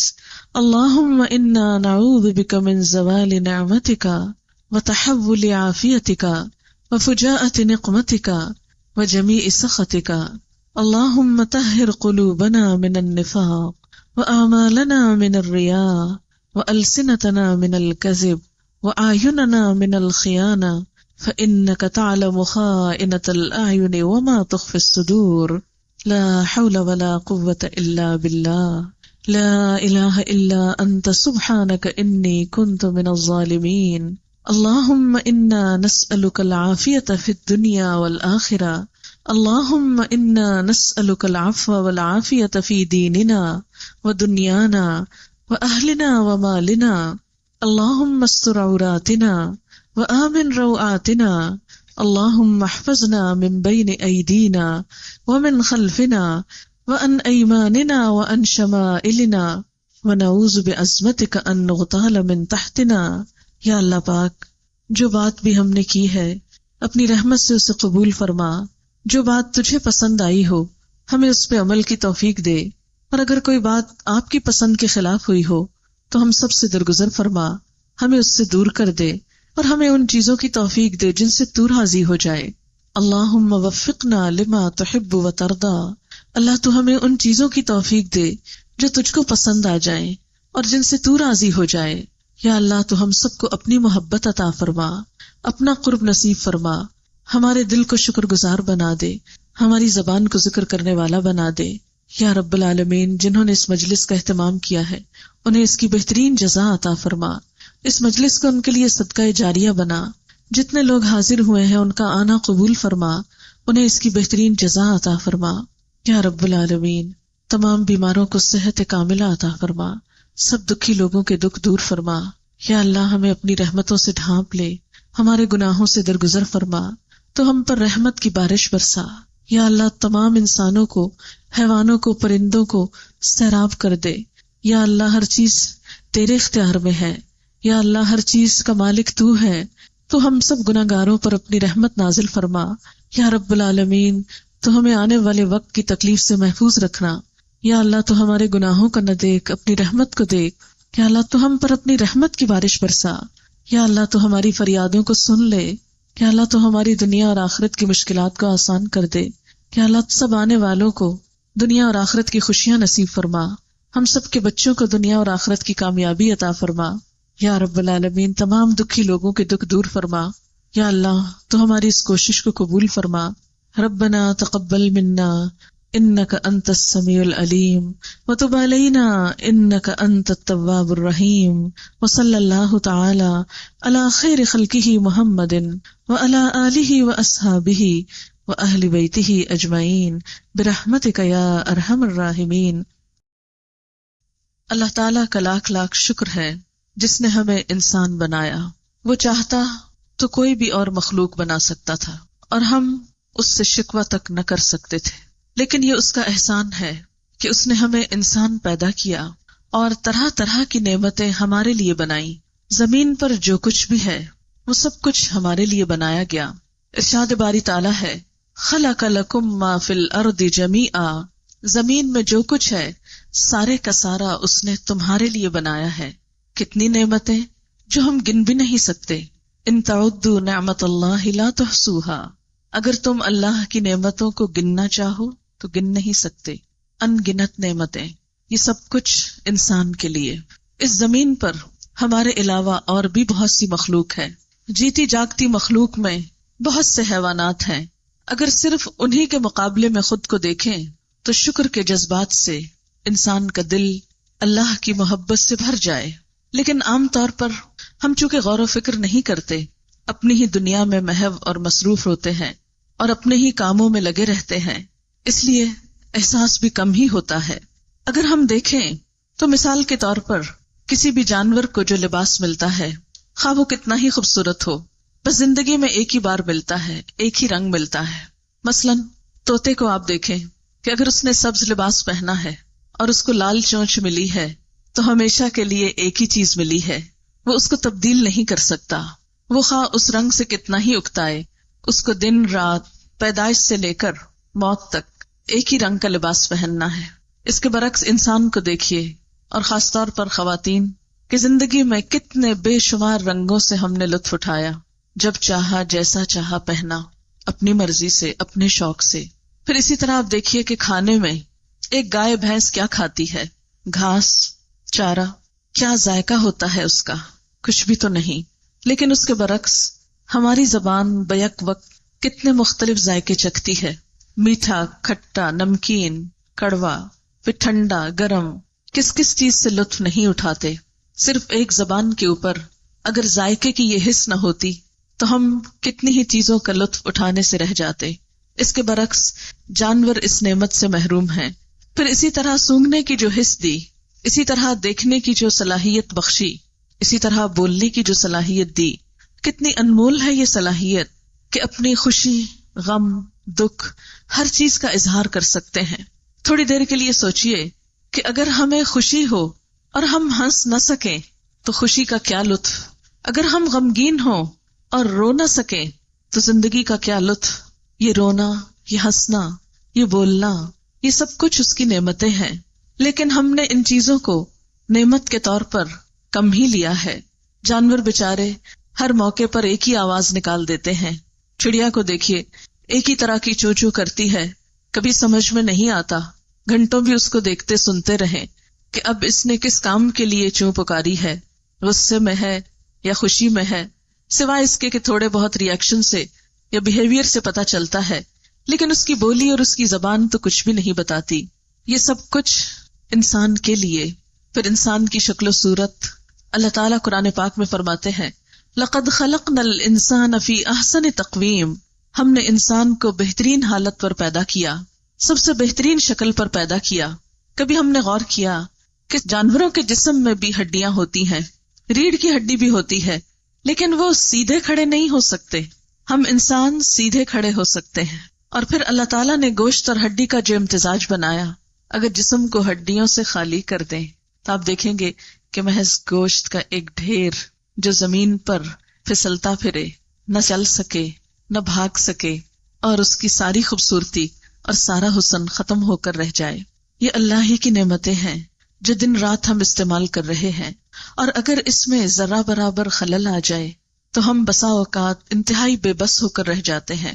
دماغ کی خرابی کا سبب بسا اوقات صرف ایک سیل کا ڈس آرڈر ہو سکتا ہے، نگاہ کی خرابی کا سبب بسا اوقات بالکل ایک چھوٹے سے حصے میں کوئی ڈس آرڈر ہو سکتا ہے، کوئی ایسی گروتھ ہو سکتی ہے جو اب نارمل ہو۔ انسان کے منہ کو دیکھیے کہ ہماری آنکھوں کو دیکھنے کے قابل بنانے کے لیے ان میں تری ہے، اگر یہ ویٹنس زیادہ ہو جائے اور آنسوں کی شکل میں ہر وقت منہ کے اوپر پانی کے قطرے گرتے رہیں تو ہم کیا کر سکتے ہیں؟ وقت ضرورت ہمیں پسینہ آتا ہے، لیکن اگر یہ ضرورت سے زیادہ ہو جائے تو ہمارا کیا حال ہو جائے؟ اسی طرح اگر منہ سے ہر وقت رال ٹپکتا رہے تو ہمارا حلیہ کیا ہو جائے؟ شاید کوئی ہماری طرف دیکھنا پسند نہ کرے۔ جسے بسا اوقات جن لوگوں کے ذہن میں کوئی خلل آ جاتا ہے اور وہ اپنے اعصاب پر کنٹرول نہیں کر پاتے تو بعض اوقات ان کو دیکھ کر ترس آتا ہے، لیکن اللہ تعالیٰ نے ہمیں یہ ساری نعمتیں عطا کی۔ کبھی سوچا ہم نے کہ ہم نے ان ساری نعمتوں کے جواب میں اس کو کیا دیا؟ کتنے کی خریدی تھی یہ سب چیزیں؟ آنکھ کے لیے کتنی قیمت دی تھی؟ اس بولنے کی کتنی قیمت جمع کرائی تھی؟ اس کے عوض کتنا کچھ اللہ کے ہاں جمع کرایا؟ اس چلنے پھرنے کی قوت کے لیے ہم نے اپنے رب کو کیا دے رکھا ہے؟ کچھ بھی تو نہیں۔ پھر ان ساری نعمتوں میں آپ دیکھیے کہ ہم جتنی چاہتے ہیں استعمال کرتے جاتے ہیں، سال ہر سال تک ان کو استعمال کرتے ہیں۔ ان نعمتوں کے علاوہ اس کی ایک بڑی نعمت کہ اس نے ہمیں مسلمان بنایا، ہدایت کی نعمت، اپنی پہچان، اپنا نام جو اس نے ہم کو دیا، تو ہم دنیا کے خوش قسمت ترین انسانوں میں سے ہیں۔ کئی ارب انسانوں میں سے وہ انسان ہیں کہ جن کو اللہ نے پیدائشی طور پر اسلام کی نعمت عطا کی۔ دنیا کی یہ ساری نعمتیں ہیں، لیکن اللہ تعالیٰ بطور خاص جس چیز کو نعمت قرار دیتے ہیں وہ دین اسلام کی نعمت ہے۔ الیوم اکملت لکم دینکم واتممت علیکم نعمتی، کہ آج میں نے تمہارا دین تمہارے لیے مکمل کر دیا اور اپنی نعمت تم پر تمام کر دی۔ وردیت لکم الاسلام دینا، اور تمہارے لیے دین اسلام کو پسند کیا۔ تھوڑی دیر کے لیے سوچئے کہ اگر ہم کسی ایسے گھرانے میں پیدا ہو جاتے کہ ہمیں یہ نعمت نہ ملتی تو ہم میں سے کتنے ایسے تھے کہ جو کوشش اور محنت سے اس نعمت کو پا سکتے۔ لیکن ان ساری نعمتوں میں جو ایک اور بہت بہترین نعمت ہے وہ یہ کہ ہمیں اللہ کے رسول صلی اللہ علیہ وسلم کی امت میں سے پیدا کیا گیا۔ اللہ تعالیٰ قرآن پاک میں اس نعمت کا بھی بطور خاص ذکر فرماتے ہیں، لَقَدْ مَنَّ اللَّهُ عَلَى الْمُؤْمِنِينَ إِذْ بَعَثَ فِيهِمْ رَسُولًا مِّنْ أَنفُسِهِمْ يَتْلُو عَلَيْهِمْ آيَاتِهِ وَيُزَكِّيهِمْ وَيُعَلِّمُهُمُ الْكِتَابَ وَالْحِكْمَةَ وَإِنْ كَانُوا مِنْ قَبْلُ لَفِي ضَلَالٍ مُبِينٍ، کہ اللہ نے اہل ایمان پر بہت بڑا احسان کیا جب ایک رسول ان کے اندر انہی میں سے اٹھایا جو ان پر اس کی آیات پڑھ کر سناتا ہے، ان کا تزکیہ کرتا ہے، انہیں کتاب اور حکمت کی تعلیم دیتا ہے، اور اس سے قبل وہ کھلی گمراہی میں مبتلا تھے۔ تو گویا زندگی کی تمام نعمتوں میں جس نعمت کا اللہ پاک نے ذکر خاص طور پر کیا وہ رسول اکرم صلی اللہ علیہ وسلم کی ذات ہے، اور آپ کے ذریعے سے ملنے والی کتاب ہے، اور آپ کے ذریعے سے ملنے والی وہ حکمت کی باتیں ہیں جو انسانی زندگی کو سنوارتی ہیں، انسان کے اخلاق کو بہتر بناتی ہیں، اور انسان کو اس دنیا میں بھی جینے کا لطف دیتی ہیں اور آخرت میں بھی۔ دنیا میں جو کچھ بھی ہمیں ملا دو نعمتوں کی شکل میں، ایک ہمارے جسم کے لیے، دوسری ہماری روح کے لیے، ان تمام نعمتوں کو دے کر اللہ تعالیٰ ہم سے یہ نہیں چاہتے کہ ہم ان نعمتوں کو چھوڑ کر ایک طرف رکھ کے کنارہ کشی کر کے دنیا سے منہ موڑ کر بیٹھ جائیں۔ اسلام ہمیں ایسی کوئی تعلیم نہیں دیتا، اسلام میں کسی رہبانیت کا تصور نہیں، اسلام میں نیکی یہ نہیں کہ آپ نعمتوں کو ٹھکرا دیں، یہاں نیکی یہ نہیں کہ آپ ان سے منہ موڑ لیں، یہاں نیکی یہ ہے کہ ان نعمتوں کو استعمال کریں اور صحیح طور پر استعمال کریں، ان میں اپنا حق بھی لگائیں اور دوسروں کو بھی ان کا حق دیں، اور ان نعمتوں کو پا کر اللہ کا شکر ادا کریں۔ اس لیے کہ دو رویے ہوتے ہیں، ایک نعمت کو پا کر شکر ادا کرنے کا اور ایک اس کے برعکس تکبر کرنے کا۔ جب بھی انسان کو کچھ ملتا ہے تو انسان یا تو شکر گزار ہوتا ہے یا پھر خود پسند ہو جاتا ہے، متکبر ہو جاتا ہے۔ تکبر کیا چیز ہے کہ جب انسان کو کوئی نعمت ملے تو وہ اس نعمت کو پا کر خود کو اتنا بڑا سمجھنے لگے کہ اپنے ہی جیسے دوسرے انسان اس کو چھوٹے نظر آنے لگے۔ یہ رویہ جہاں خالق کائنات کو پسند نہیں وہاں مخلوق کو بھی اچھا نہیں لگتا۔ ایسا کرنے والے جہاں اللہ کی محبت نہیں پاتے وہاں مخلوق کی محبت سے بھی محروم رہتے ہیں۔ اسلام بنیادی طور پر ہمیں اسی رویے کی اصلاح کرنا سکھاتا ہے۔ اب دیکھیے کہ قرآن پاک کی ابتدا جن الفاظ سے ہوتی ہے وہ ہے الحمدللہ رب العالمین، کہ سب تعریف اللہ کے لیے ہے، سب شکر اللہ کے لیے ہے۔ یہ شکر کا ادا کرنا، نعمتوں کو رب کی امانت سمجھنا، رب کا احسان سمجھنا اور ان کو پا کر جواباً رب ہی کے آگے جھکنا، اس کا شکر گزار ہونا، یہ دراصل درست رویہ ہے۔ اور اس کے مقابلے میں نعمتوں کو پا کر خود کو بڑی چیز سمجھنے لگنا اور ان نعمتوں پر بخل کرنا، ان سے صرف اپنی ذات کو فائدہ دینا اور اس کی مخلوق کو محروم رکھنا، یہ ناشکری کا رویہ ہے جو انسان کو خود بھی نقصان دیتا ہے اور دنیا کے نقصان کے علاوہ آخرت میں بھی اس کے نقصان کا ذریعہ ہے۔ مثال کے طور پر نعمت کیا ہے؟ نعمتوں میں سب سے بڑی نعمت تو انسان کی صحت، انسان کی صلاحیتیں ہیں۔ ایک بندہ مومن اس نعمت کو پا کر الحمدللہ کہتا ہے کہ سب شکر اللہ کے لیے جس نے مجھے یہ عطا کیا۔ نعمتوں میں ایک بڑی نعمت مال ہے۔ اللہ کا بندہ مال کی نعمت پا کر کبھی بھی فخر اور غرور میں مبتلا نہیں ہوتا، وہ کبھی دوسروں کو حقیر نہیں سمجھتا۔ اس کے پاس جتنا بھی آتا ہے وہ ہر آنے والی نعمت پر الحمدللہ کہہ کر تکبر کی نفی کرتا ہے، وہ اسے اپنا کمال نہیں سمجھتا۔ جیسے قارون نے کہا تھا انما اوتیتہ علی علم من عندی، کہ مجھے تو یہ سب کچھ میرے علم کی بنا پر ملا ہے، مجھے یہ میری قابلیت کی وجہ سے ملا ہے، میں اسے ڈیزرو کرتا ہوں۔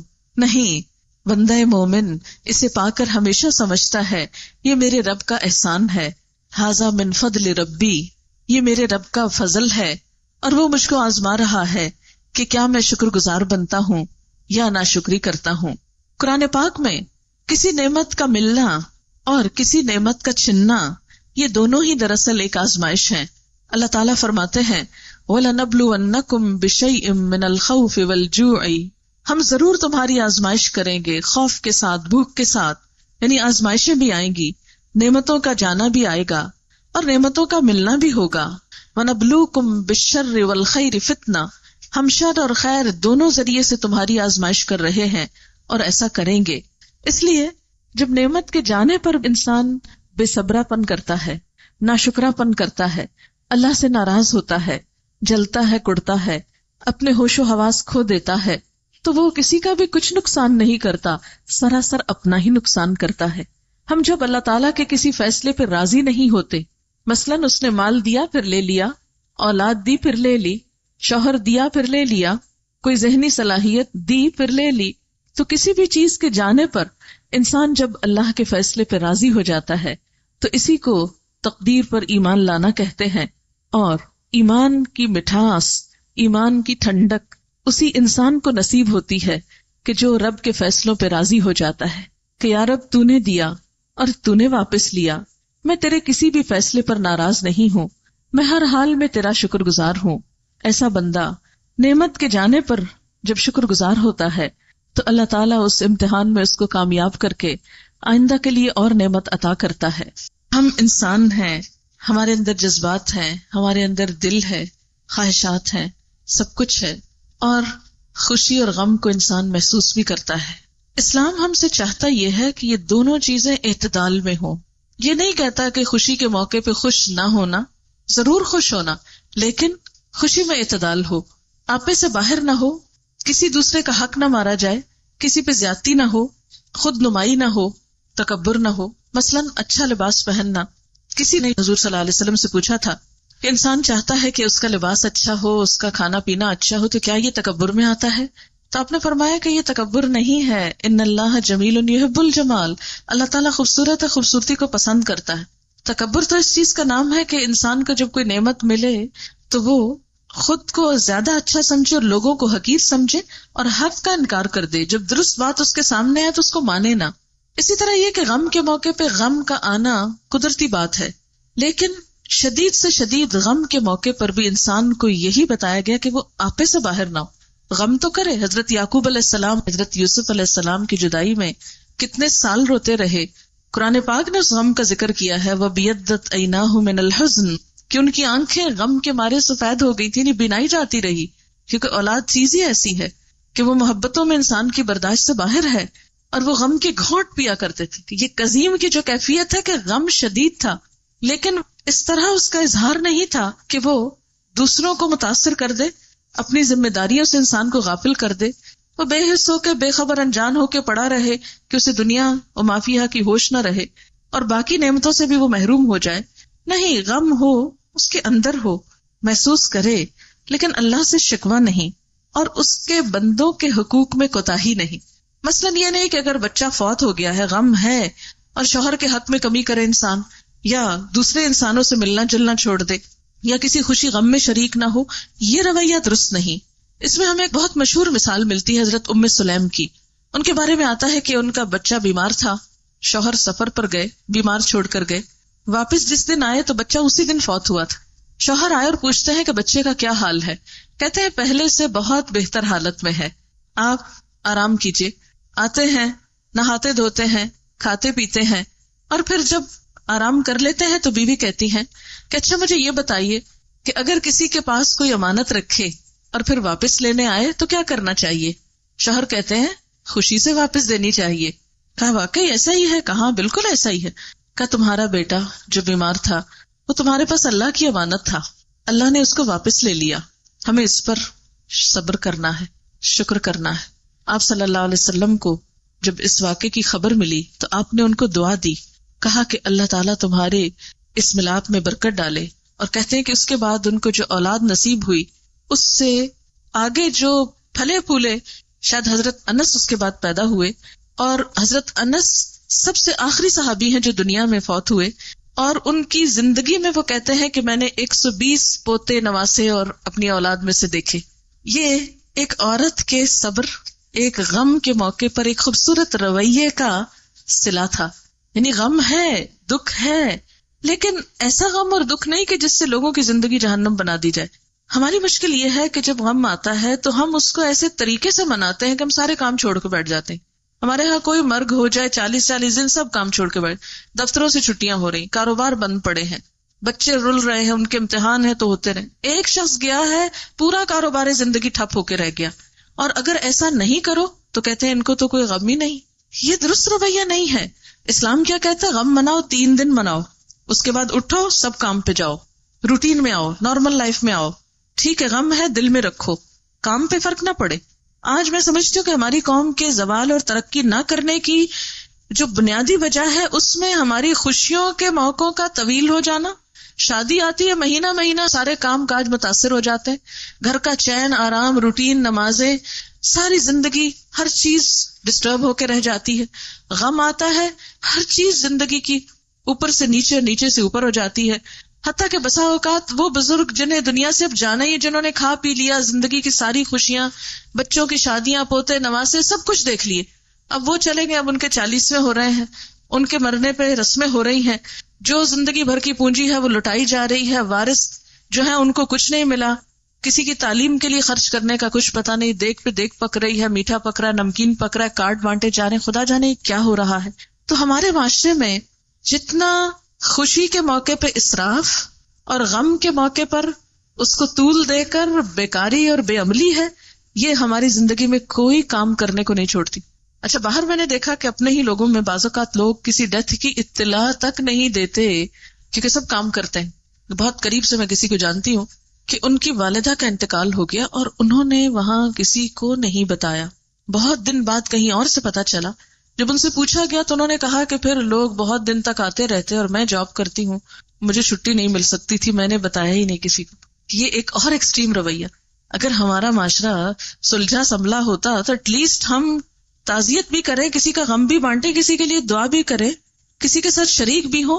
تو اس فکر سے اور اس خوف سے کہ دوسرے میرا وقت ضائع کریں گے، ایسا کیوں ہوتا ہے؟ ہمیں انہی دو چیزوں سے روکا جا رہا ہے۔ شکر اور صبر زندگی کے دو ستون ہیں۔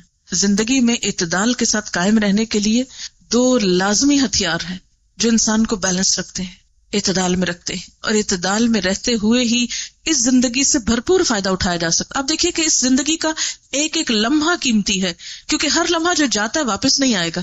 جو جوانی چلی جاتی ہے پلٹ کے نہیں آتی، جو صحت جاتی ہے پلٹ کے نہیں آتی۔ یہ ہمیں دی گئی ہے کچھ کرنے کے لیے اور کمائی کر کے کل اس کا فائدہ اٹھانا ہے، اور جب فائدہ اٹھانے کا وقت آئے گا پھر پلٹ نہیں سکیں گے۔ لیکن آج ہمیں اس وقت کی قدر نہیں۔ ہم جن بڑے بڑے بزرگان دین کی بات کرتے ہیں وہ بھی انسانوں میں سے تھے، وہ کوئی اور مخلوق نہیں تھے۔ ان کو بھی ہمارے ہی جیسا جسم ملا، ہماری جیسی قوتیں ملی، صلاحیتیں ملی، دنیا کی نعمتیں ملی، لیکن ان کا رویہ مختلف تھا ہمارے رویے سے، اور اسی مختلف رویے نے ان کو عزت اور بلندی عطا کی۔ عبد القادر جیلانی کا ایک مشہور واقعہ آپ نے سن رکھا ہوگا۔ بہت اللہ والے تھے، بہت عبادت گزار، بہت نیک اور بہت اس کے بندوں کا خیال رکھنے والے۔ اللہ تعالیٰ نے انہیں دنیا کی بے شمار نعمتوں سے نواز رکھا تھا۔ تاجر تھے، ان کے بڑے بڑے بحری جہاز تجارت کا سامان لے کر ایک ملک سے دوسرے ملک جاتے۔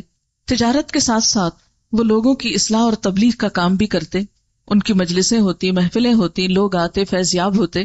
ایک روز اپنی مجلس میں بیٹھے ہوئے تھے کہ خادم نے آ کر اطلاع دی کہ آپ کا فلاں جہاز جو اتنا سامان لے کر جا رہا تھا، اطلاع ملی ہے کہ وہ ڈوب چکا ہے۔ انہوں نے اس خبر کے سننے پر نہ اپنی مجلس کو ختم کیا اور نہ ہی کوئی آنسو بہائے اور نہ ہی کوئی واویلا کیا، بس صرف اتنا کہا الحمدللہ، اور اس کے بعد اپنی گفتگو شروع کر دی جو پہلے سے کر رہے تھے۔ جہاں سے روکا تھا وہیں سے آگے چل پڑے۔ دوسرے دن اسی قسم کی پھر مجلس تھی کہ اسی خادم نے دوبارہ آ کر کہا کہ حضرت وہ کل والی اطلاع غلط تھی، اور جس جہاز کے غرق ہونے کی خبر تھی وہ جھوٹی تھی، وہ جہاز صحیح سلامت اپنے منزل تک پہنچ گیا ہے۔ تو اس پر بھی کہنے لگے الحمدللہ۔ وہ کل کے الحمدللہ اور آج کے الحمدللہ میں کوئی بڑا فرق نہیں تھا، اس لیے کہ جو کچھ اس نے دیا اسی کا ہے اور وہ جب چاہے واپس لے سکتا ہے۔ اب دیکھیے کہ ہمارے پاس جو کچھ بھی ہے حقیقت میں وہ اللہ کا ہے، ہمارا تو کچھ بھی نہیں۔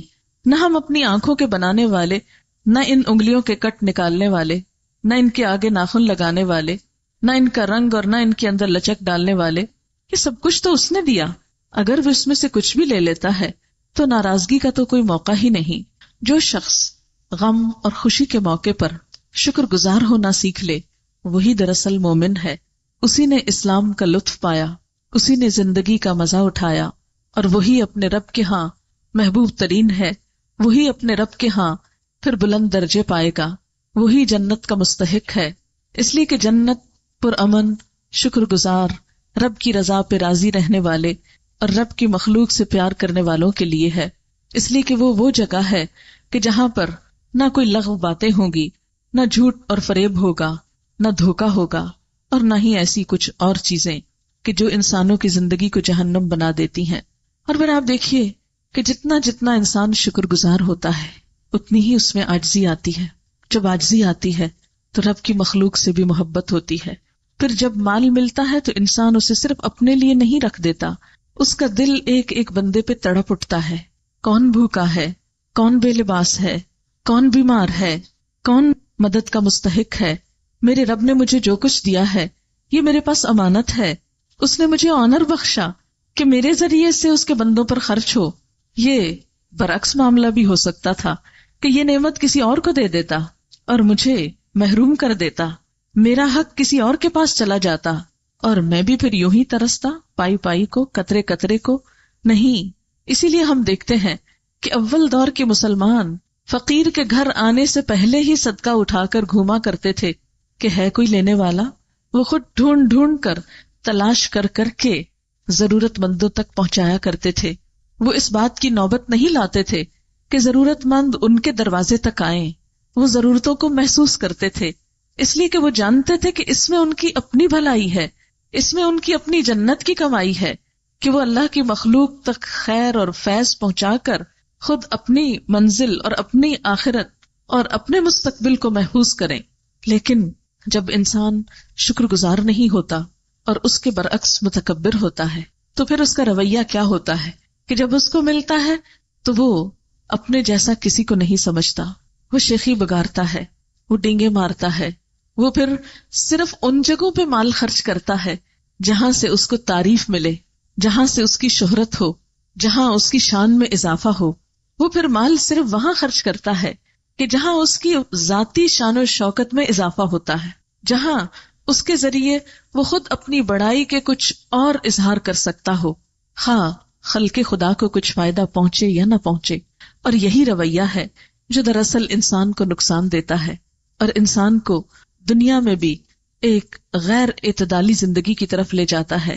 ایسا انسان جو دوسروں کو خوشی نہ دے خود کبھی بھی خوشی نہیں پا سکتا. اللہ تعالیٰ نے خوشیوں کا راز، سکون کا راز رکھا ہی اس میں کہ تم دوسروں کو خوش کرو، میں تمہیں خوش کر دوں گا.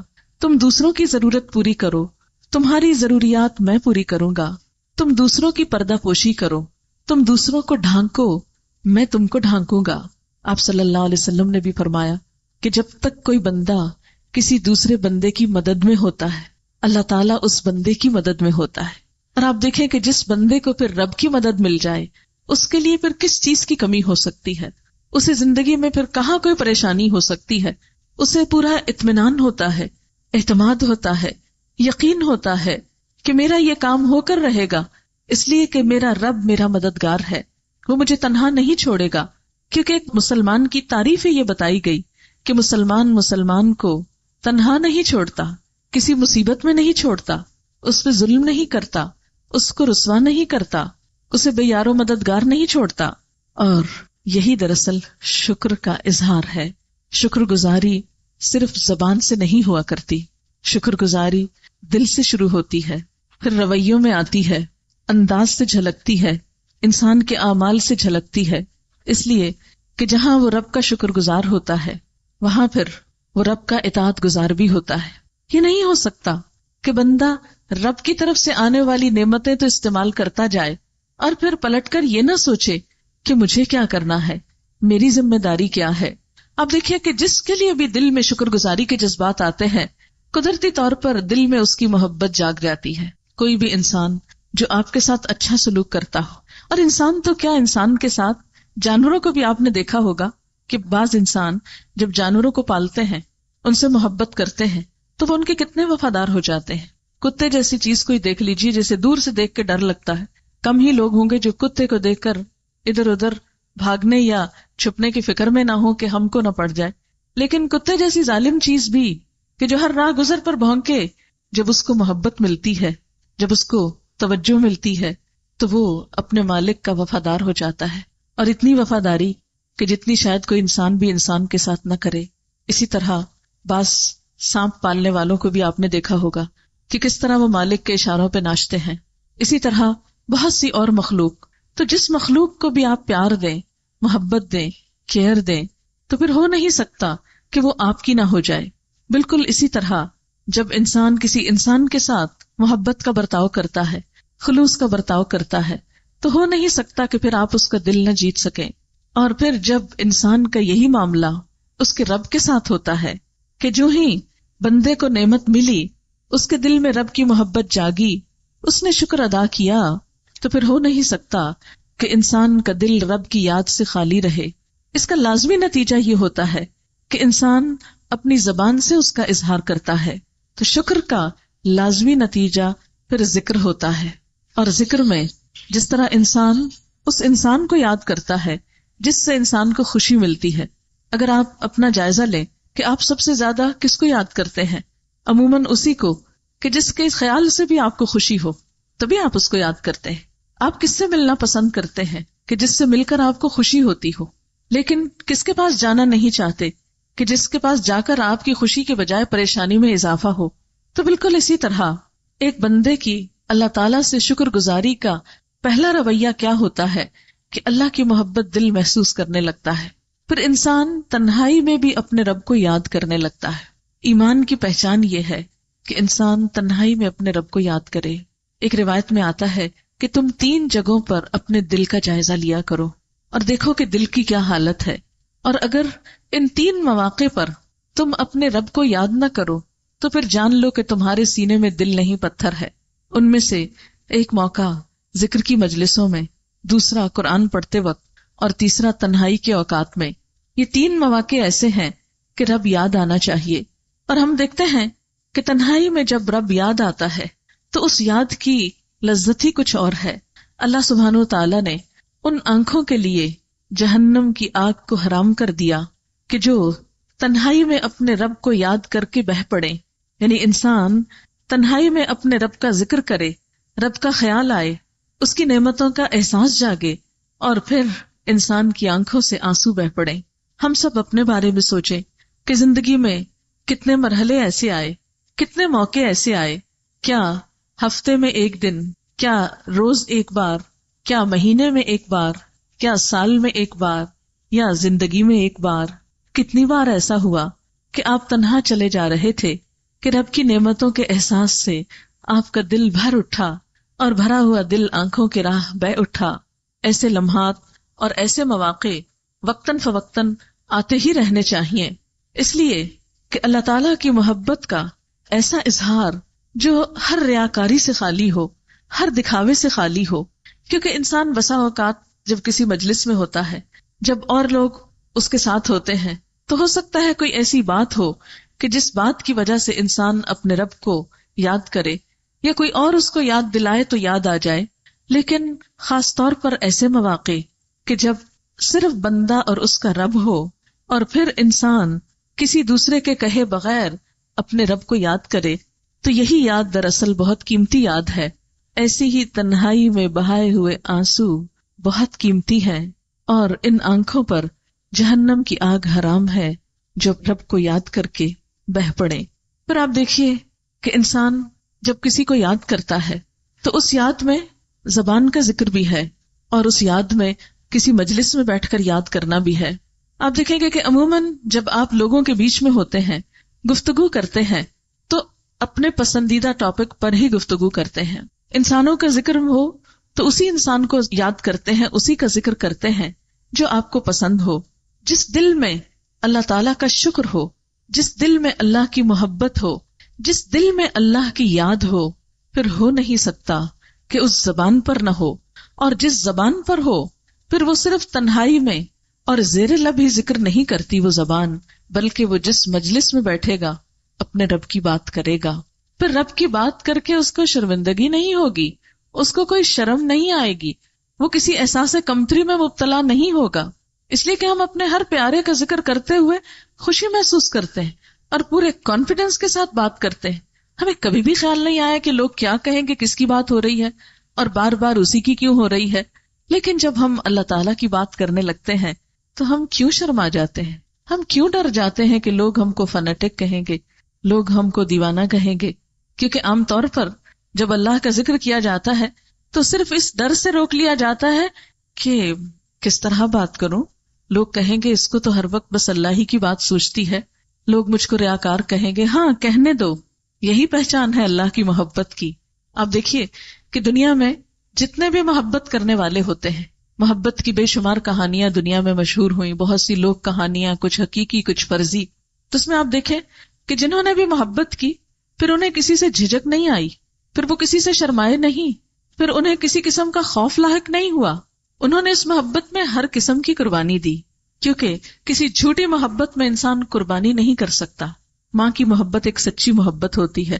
آپ دیکھیے کہ اپنے بچے کے ساتھ اس کا کیا رویہ ہوتا ہے. وہ بچے کی محبت میں ہر قربانی دیتی ہے، ہر طرح سے راتوں کی نیند بھی قربان کرتی ہے. ہم اللہ کی محبت میں رات کو کتنی دفعہ اٹھتے ہیں, ہم اس کی محبت میں کتنی نیند چھوڑ سکتے ہیں. ماں کھانے کو بیٹھتی ہے کہ بچہ رو پڑتا ہے, آپ نے دیکھا ہوگا ماں کھانا چھوڑ دیتی ہے اور بچے کو اٹھا لیتی ہے. کیوں؟ اس لیے کہ محبت ہے. ہماری زندگی میں کتنے مواقع ایسے آئے کہ جب ہمیں بھوک لگی ہو اور ادھر سے اللہ کی پکار آ جائے تو ہم تھوڑی دیر کے لیے بھوک قربان کر سکیں. حالانکہ اللہ تعالیٰ نے ہمارے لیے تو سہولت رکھی کہ اگر آذان ہو جائے, نماز کا وقت آ جائے اور ادھر بھوک لگی ہو تو پہلے کھانا کھا لو.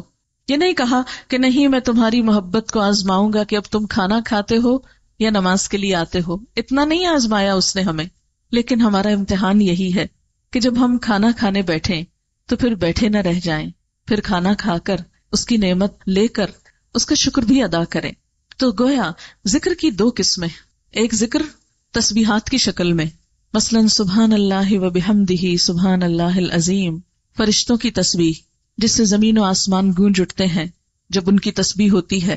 انسان کے لیے بھی پسندیدہ ترین کلمات جو زبان پہ بہت ہلکے ہیں, اٹھتے بیٹھتے چلتے پھرتے سوتے جاگتے جب تک ہوش و حواس ہیں انسان اللہ کا ذکر کرتا رہے.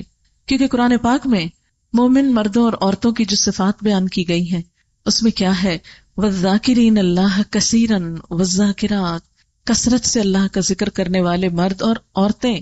ذاکرات کہہ کر اللہ تعالیٰ نے خاص طور پر عورتوں کا ذکر بھی کیا. اب ایسے میں عام طور پر ہمارے ہاں بہت سی ایسی باتیں مشہور کر دی گئی کہ ذکر کے لیے باوضو ہونا لازم ہے, قبلہ رو ہونا لازم ہے, مصلی پہ بیٹھنا لازم ہے. نہیں, ہمارے دین میں بڑی وسعت ہے, بہت رخصت ہے. نبی صلی اللہ علیہ وسلم کے بارے میں آتا ہے کہ آپ ہر حال میں اللہ کو یاد کیا کرتے تھے, ہر موقع پر اللہ کا ذکر کیا کرتے تھے. مثلا واش روم جاتے ہوئے اور نکلتے ہوئے بس صرف اتنی دیر کہ جب انسان ایک ناپسندیدہ حالت میں ہے, ورنہ دروازے پر قدم رکھتے ہوئے اور نکلنے کے فوراً بعد بھی ذکر ہے. کیوں؟ اس لیے کہ جس رب نے یہ ساری نعمتیں دیں, احسان کیے, اس کو ہر جگہ یاد کیا جائے. لہذا ذکر کی ایک قسم تو یہ کہ انسان کسی مجلس میں بیٹھا ہو, کہیں پر بھی ہو, اللہ نے قدرتی تسبیحاں ساتھ دی ہوئی ہیں, ہاتھوں کے اوپر نشان بنائے ہوئے ہیں, اور اس کا فائدہ یہ ہوتا ہے اگر نشان رکھ کے یا کسی چیز پر ذکر کیا جائے تو انسان کا پھر دھیان ہٹتا نہیں. اور آپ دیکھیے کہ حدیث پاک میں یہ بھی آتا ہے کہ جنت اور دوزخ تو چٹیل میدان ہے. انسان جب ذکر کرتا ہے تو یہ ذکر ہی ان کے سرسبز ہونے کا سبب بنتا ہے. یعنی قیامت کے دن اس شخص کی جنت اتنی ہی ہری ہوگی, اتنی ہی سرسبز ہوگی, آباد ہوگی, جتنا زیادہ وہ اللہ کا ذکر کرنے والا ہوگا. ایک اور روایت میں ایک ذکر کے بدلے ایک پودے کا ذکر کیا گیا ہے. بہرحال یہ ذکر انسان کے دل کو روشن کرتا ہے, دل کے اطمینان کا سبب بنتا ہے. قرآن پاک میں اللہ تعالیٰ فرماتے ہیں الا بذکر اللہ تطمئن القلوب, سنو دلوں کے اطمینان کا سبب اللہ کا ذکر ہی ہے. آج کی دنیا میں سب سے بڑا مسئلہ کیا ہے کہ دل بے چین ہے, غم ہے, دکھ ہے, ڈپریشن ہے, انجانا سا خوف ہے, کسی نہ کسی چیز کے توہم میں دل گرفتار ہے کہ نہ جانے کیا ہونے والا ہے. ان سب چیزوں سے نجات اور چھٹکارے کا نسخہ اللہ کا ذکر ہے. اس لیے کہ جس رب نے پیدا کیا جب تک اس کو یاد نہیں رکھیں گے تو اس رب کی طرف سے وہ خاص سکینت اور اطمینان کی کیفیت ہو نہیں سکتی. اور ذکر کی دوسری قسم وہ خاص روٹین کا ذکر نہیں, بلکہ انسان جہاں بھی بیٹھا ہو, جو بھی موقع ہو, وہاں کسی نہ کسی طرح اللہ کی بات. ذکر کی پہلی قسم بہت آسان ہے. تہجد پڑھنا بھی آسان ہو جاتا ہے جب وہ روٹین بن جاتا ہے. گھر بیٹھ کے خاموشی سے تسبیح پڑھنا بھی آسان ہو جاتا ہے. لیکن کسی بھری مجلس میں اللہ کا شکر ادا کرنا, اللہ کی بات کرنا, اللہ کے کسی حکم پر عمل کر کے سب کے سامنے نکلنا, ذکر کی ایک تصویر بن جانا کہ جس کے بارے میں آپ صلی اللہ علیہ وسلم نے فرمایا کہ دوست وہ ہے جسے دیکھ کر خدا یاد آئے. تو کسی کو دیکھ کر خدا جب ہی یاد آ سکتا ہے جب وہ دیکھنے میں بھی خدا کے احکام پر عمل کرنے والا ہو. اب دیکھیں کہ مختلف لوگ جس کسی چیز کے فین ہوتے ہیں اسی قسم کے لباس پہننے لگتے ہیں. ٹی شرٹس پر آپ دیکھیے, اسی طرح لباس کے مختلف حصوں پر دنیا کی مشہور کمپنیوں, بڑے بڑے کرکٹرز اور مشہور لوگوں کی تصویریں اور وہ سارے سمبلز اور ایسے تمام نشان دراصل کس چیز کی نشاندہی کر رہے ہیں کہ یہ فلاں کا چاہنے والا ہے, فلاں کو ماننے والا ہے. اگر انسان انسانوں کی محبت میں گرفتار ہو کر اپنے سینے پر نشان سجائے پھرتے ہیں تو اللہ کی محبت میں گرفتار لوگ کیا اس محبت کا اظہار نہیں کر سکتے؟ آخر وہی کیوں شرماتے ہیں اس محبت کے اظہار میں اور اس محبت کی بات میں؟ پھر آپ دیکھیے کہ جب انسان اللہ کا ذکر کرتا ہے تو اس کے ذکر کی ایک اور بہترین قسم اس کی کتاب ہے. اللہ کی کتاب اس کا ذکر ہے، اور بار بار قرآن پاک میں اس کو ذکر کے نام سے پکارا گیا ہے. اور اس میں اللہ تعالیٰ فرماتے ہیں کہ ہے میرا ذکر لیکن میں نے اس میں تمہارا ذکر کیا ہے، کیونکہ فَاذْكُرُونِی أَذْكُرْكُمْ، تم مجھے یاد کرو میں تم کو یاد کروں گا. تم میری کتاب پڑھتے ہو، فیہ ذکرکم، اس میں تمہارا ہی ذکر ہے، تمہاری ہی باتیں ہیں، تمہارے ہی فائدے کی چیزیں ہیں، تمہارے ہی لیے خوشخبریاں ہیں، اور تمہیں کو برے انجام سے بچنے کے طریقے بتائے گئے ہیں. اس لیے قرآن پاک جیسا ذکر جس میں شفا بھی ہے، رحمت بھی ہے، سکون اور اطمینان بھی ہے، رہنمائی بھی ہے، جب انسان اس سے تعلق جوڑتا ہے تو یہ لگتا ہے جیسے کوئی مہربان ہستی ہر روز ہم سے کلام کرتی ہو اور ہمیں زندگی کے مسائل کی گتھیاں سلجھانے میں مدد دیتی ہو. دنیا کا انمول ذکر جس جیسی کوئی چیز ہے ہی نہیں. اللہ کا کلام، اللہ کی بات، ہم اللہ تعالیٰ کو چھو نہیں سکتے، اس کو دیکھ نہیں سکتے، لیکن اس کے الفاظ کو جب چھوتے ہیں، ان کو جب پڑھتے ہیں، ان کو جب دیکھتے ہیں تو دل کا حال ہی بدل جاتا ہے، براہ راست دل پہ اثر انداز ہوتا ہے. ذکر کی ایک اور قسم نماز. اللہ تعالیٰ فرماتے ہیں اقیم الصلاۃ لذکری، نماز میری یاد کے لیے قائم کرو. ایک ذکر تو ہم اپنی مرضی سے کرتے ہیں جب دل چاہتا ہے، اور ایک ذکر اس کے بلانے پہ کرتے ہیں. بالکل ایسے ہی ایک کھانا ہم گھر میں اپنی مرضی کا کھاتے ہیں اور ایک کسی کی دعوت میں جا کر کھاتے ہیں. کسی کی دعوت قبول نہ کی جائے تو آپ دیکھیے کہ وہ ناراض ہوتا ہے. آپ خود کو ہی دیکھیے کہ آپ اگر کسی کو بلاتے ہیں اور کوئی نہیں آتا تو آپ کو کیسا لگتا ہے. ایک دفعہ بلائیں، 2 دفعہ بلائیں، کئی دفعہ بلائیں، دن میں 5 دفعہ بلائیں، اور کوئی ایک دفعہ آئے اور کوئی ایک دفعہ بھی نہ آئے، تو اللہ تعالیٰ کو یہ بات کس قدر ناراض کرنے والی ہے. اس کو ناراض کرنے والی چیز کہ وہ دن میں 5 دفعہ اپنے ذکر کی دعوت دیتا ہے. مثلاً نماز میں ہم کیا کرتے ہیں؟ ہاتھ منہ دھوتے ہیں، تیار ہوتے ہیں، پھر ہاتھ باندھ کے کھڑے ہو جاتے ہیں، پھر اس سے گفتگو کرتے ہیں. کھانے کی دعوت پر بھی تو ایسا ہی کرتے ہیں نا، ہاتھ منہ دھوتے ہیں، کسی کے ہاں جانا ہو تو لباس بھی پہنتے ہیں، تیار ہوتے ہیں، اور پھر گفتگو کرتے ہیں. اور پھر آپ دیکھیے کہ کھانا تو ایک بہانہ ہوتا ہے، اصل چیز کیا ہے؟ گفتگو. بالکل اسی طرح نماز ایک روحانی غذا بھی ہے، وہ تو ایک بہانہ ہے، اصل میں یہ اللہ سے گفتگو ہے، اللہ کے آگے اپنے دکھ رکھنا ہے. وہ سارے گلے شکوے جو ہم لوگوں سے کرتے رہتے ہیں، وہ اللہ تعالیٰ کے ساتھ بات کر کے وہ سارے غم بھول جاتے ہیں. جسمانی پاکیزگی بھی ہے، اور روح کے اوپر پڑنے والی آلودگی اور روح کے اوپر پڑنے والے بوجھ ان کو اتارنے کا ذریعہ بھی ہے. لہذا کامیاب ہے وہ انسان جو یہ 2 لفظ جان لے، شکر اور ذکر، کہ اس کی طرف سے جو کچھ ملا اس پر شکر گزار ہو، تکبر نہ کرے، اس کے بندوں کے لیے ہر خیر کو عام کرنے والا ہو، خواہ وہ مال ہو خواہ وہ اچھی بات ہو، کیونکہ الکلمۃ الطیبۃ صدقہ، اچھی بات بھی صدقہ ہے. اچھے مشورے سے، عیادت سے، سلام کا جواب دے کر، چھینک کا جواب دے کر، کسی کی مدد کر کے، کسی کو راہ دکھا کے، کسی کو اونچا بول کر سنوا کے، کسی کی انگلی تھام کے، کسی بھی طرح چھوٹی چھوٹی خوشیاں دے کر انسان دراصل خود خوشیاں سمیٹتا ہے، اور یہ تکبر کی نفی کرتا ہے. اور اگر کوئی شخص ان سب چیزوں کو پا کر اتنی گردن اکڑائے کہ نیچے کچھ نظر نہ آئے تو یہ ایک شیطانی رویہ ہے، کیونکہ شیطان نے بھی سب سے پہلے یہی کام کیا تھا، یہی کہا تھا انا خیر منہ، میں اس سے بہتر ہوں. تو خود کو بہتر سمجھنے والے کبھی خدا کی نگاہ میں بہتر نہیں ہوتے اور نہ اس کی مخلوق کی نگاہ میں.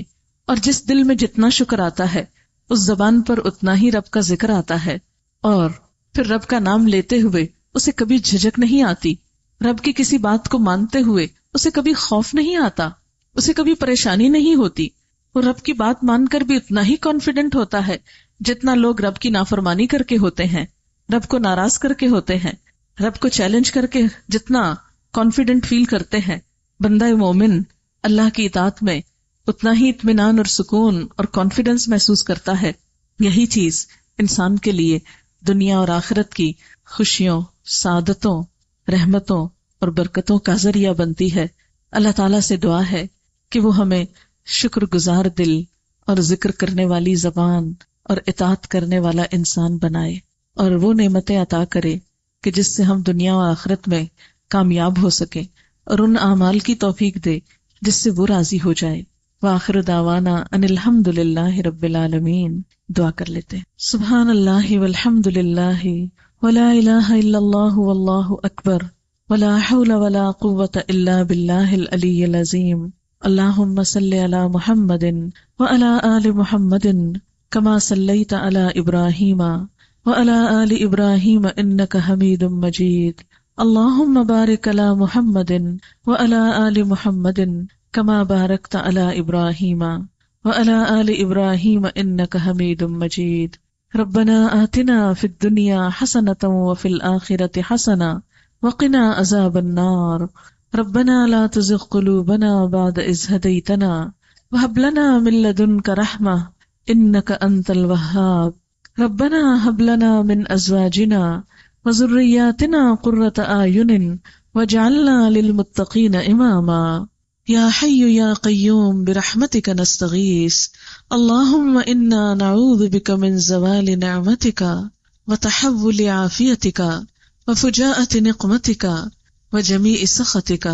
اللہم طہر قلوبنا من النفاق واعمالنا من الریاء والسنتنا من الکذب واعیننا من الخیانہ فانک تعلم خائنۃ الاعین وما تخفی الصدور.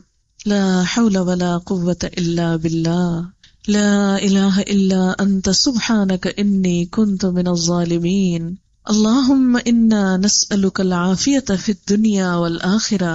اللہم انا نسألک العفو والعافیۃ فی دیننا ودنیانا واہلنا ومالنا.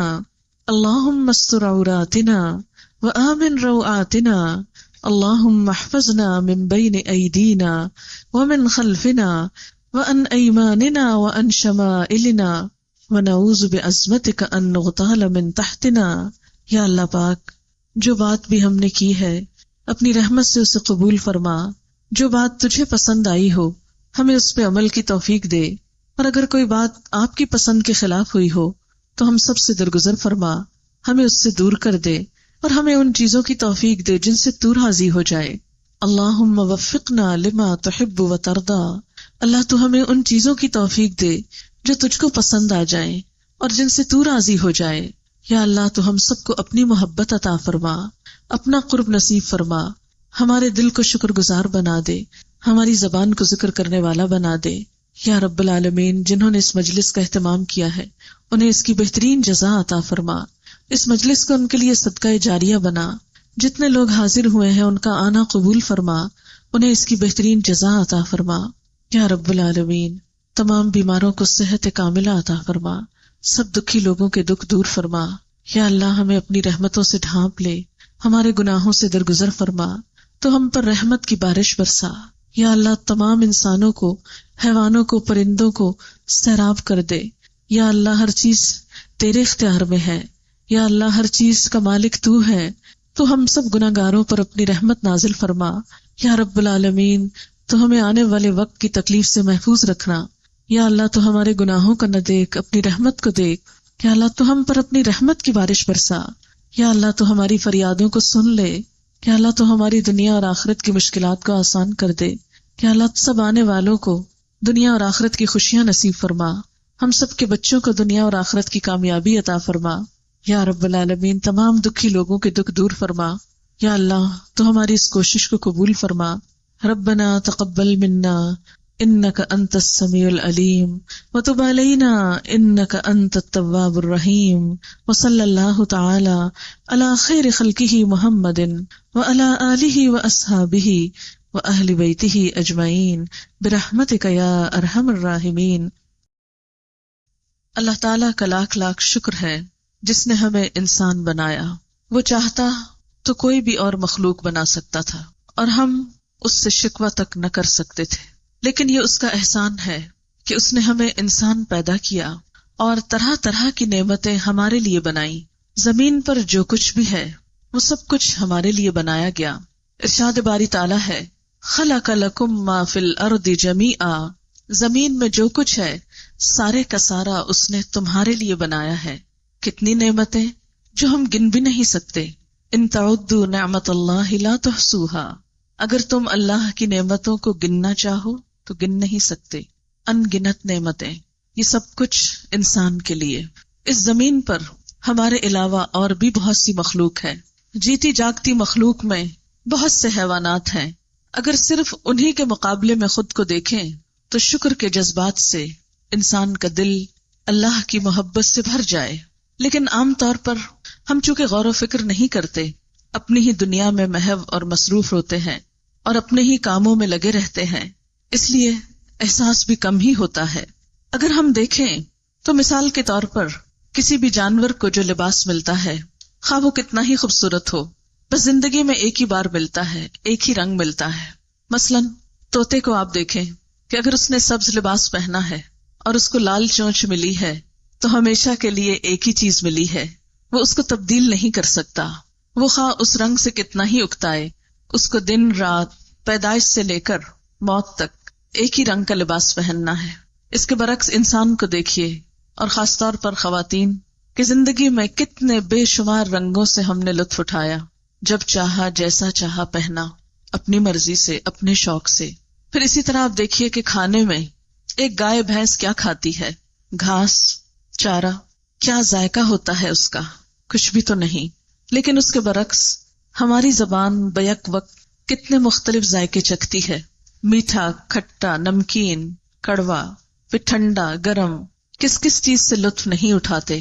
صرف ایک زبان کے اوپر اگر ذائقے کی یہ حس نہ ہوتی تو ہم کتنی ہی چیزوں کا لطف اٹھانے سے رہ جاتے. اس کے برعکس جانور اس نعمت سے محروم ہیں. پھر اسی طرح سونگھنے کی جو حس دی، اسی طرح دیکھنے کی جو صلاحیت بخشی، اسی طرح بولنے کی جو صلاحیت دی، کتنی انمول ہے یہ صلاحیت کہ اپنی خوشی، غم، دکھ، ہر چیز کا اظہار کر سکتے ہیں. تھوڑی دیر کے لیے سوچئے کہ اگر ہمیں خوشی ہو اور ہم ہنس نہ سکیں تو خوشی کا کیا لطف. اگر ہم غمگین ہوں اور رو نہ سکیں تو زندگی کا کیا لطف.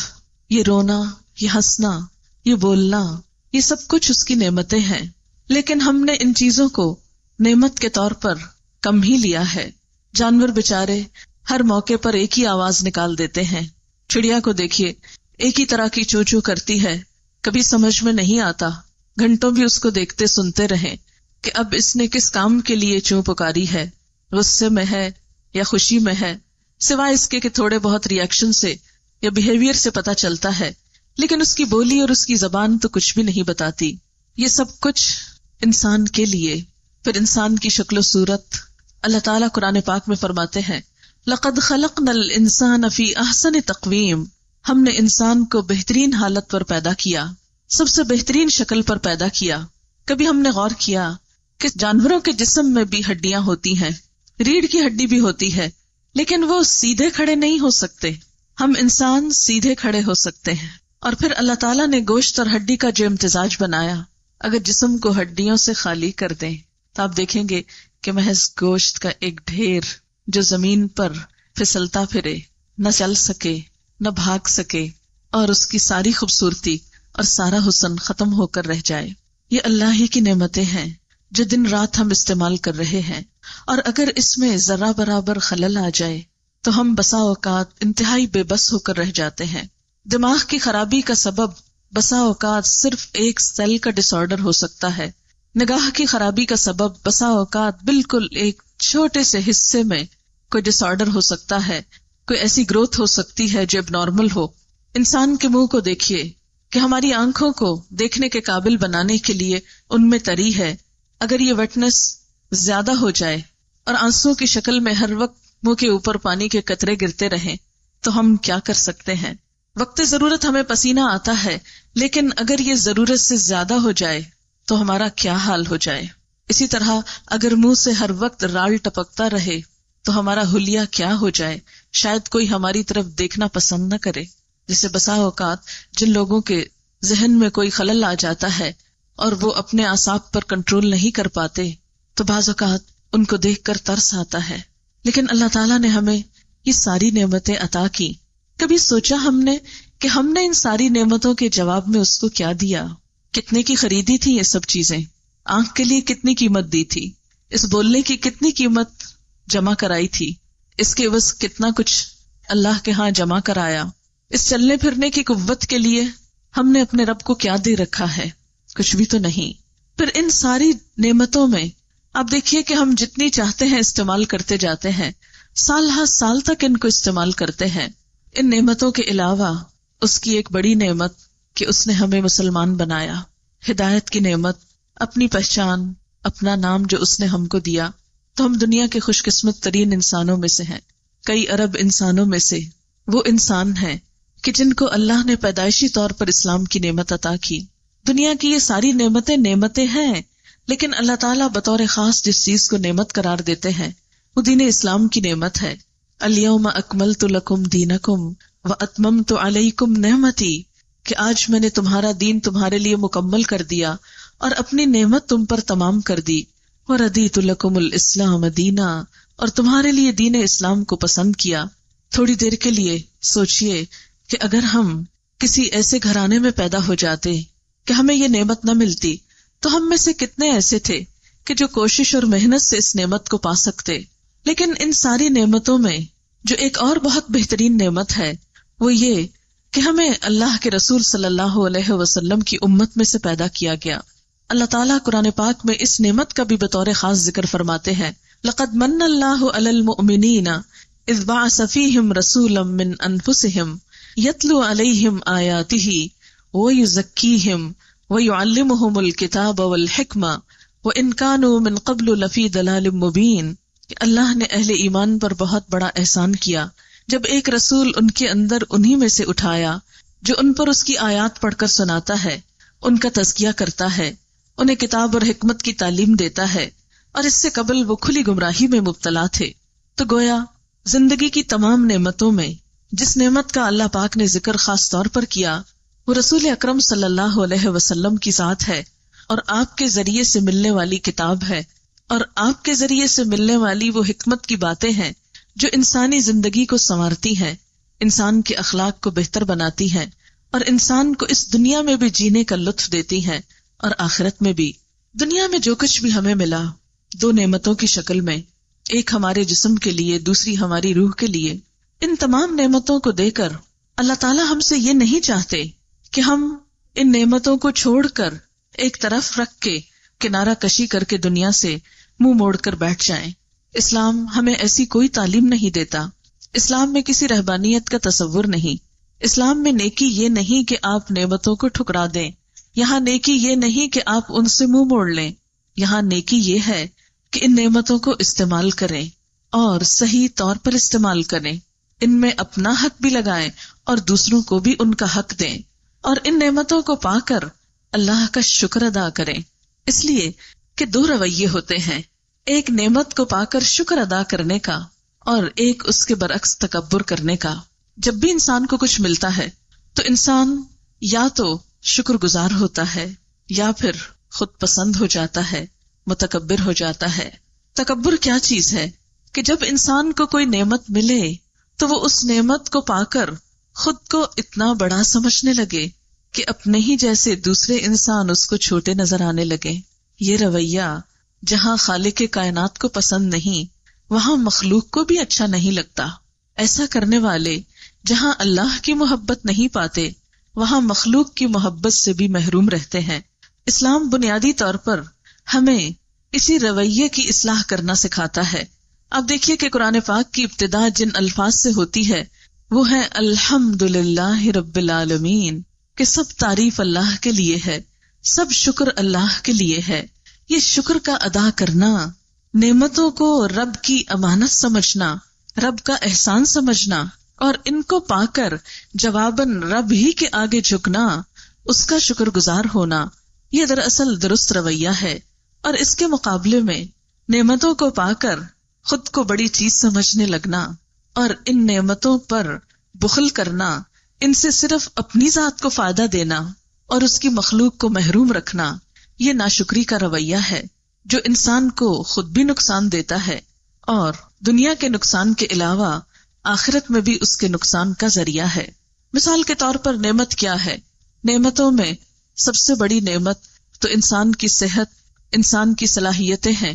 ایک بندہ مومن اس نعمت کو پا کر الحمدللہ کہتا ہے کہ سب شکر اللہ کے لیے جس نے مجھے یہ عطا کیا۔ نعمتوں میں ایک بڑی نعمت مال ہے۔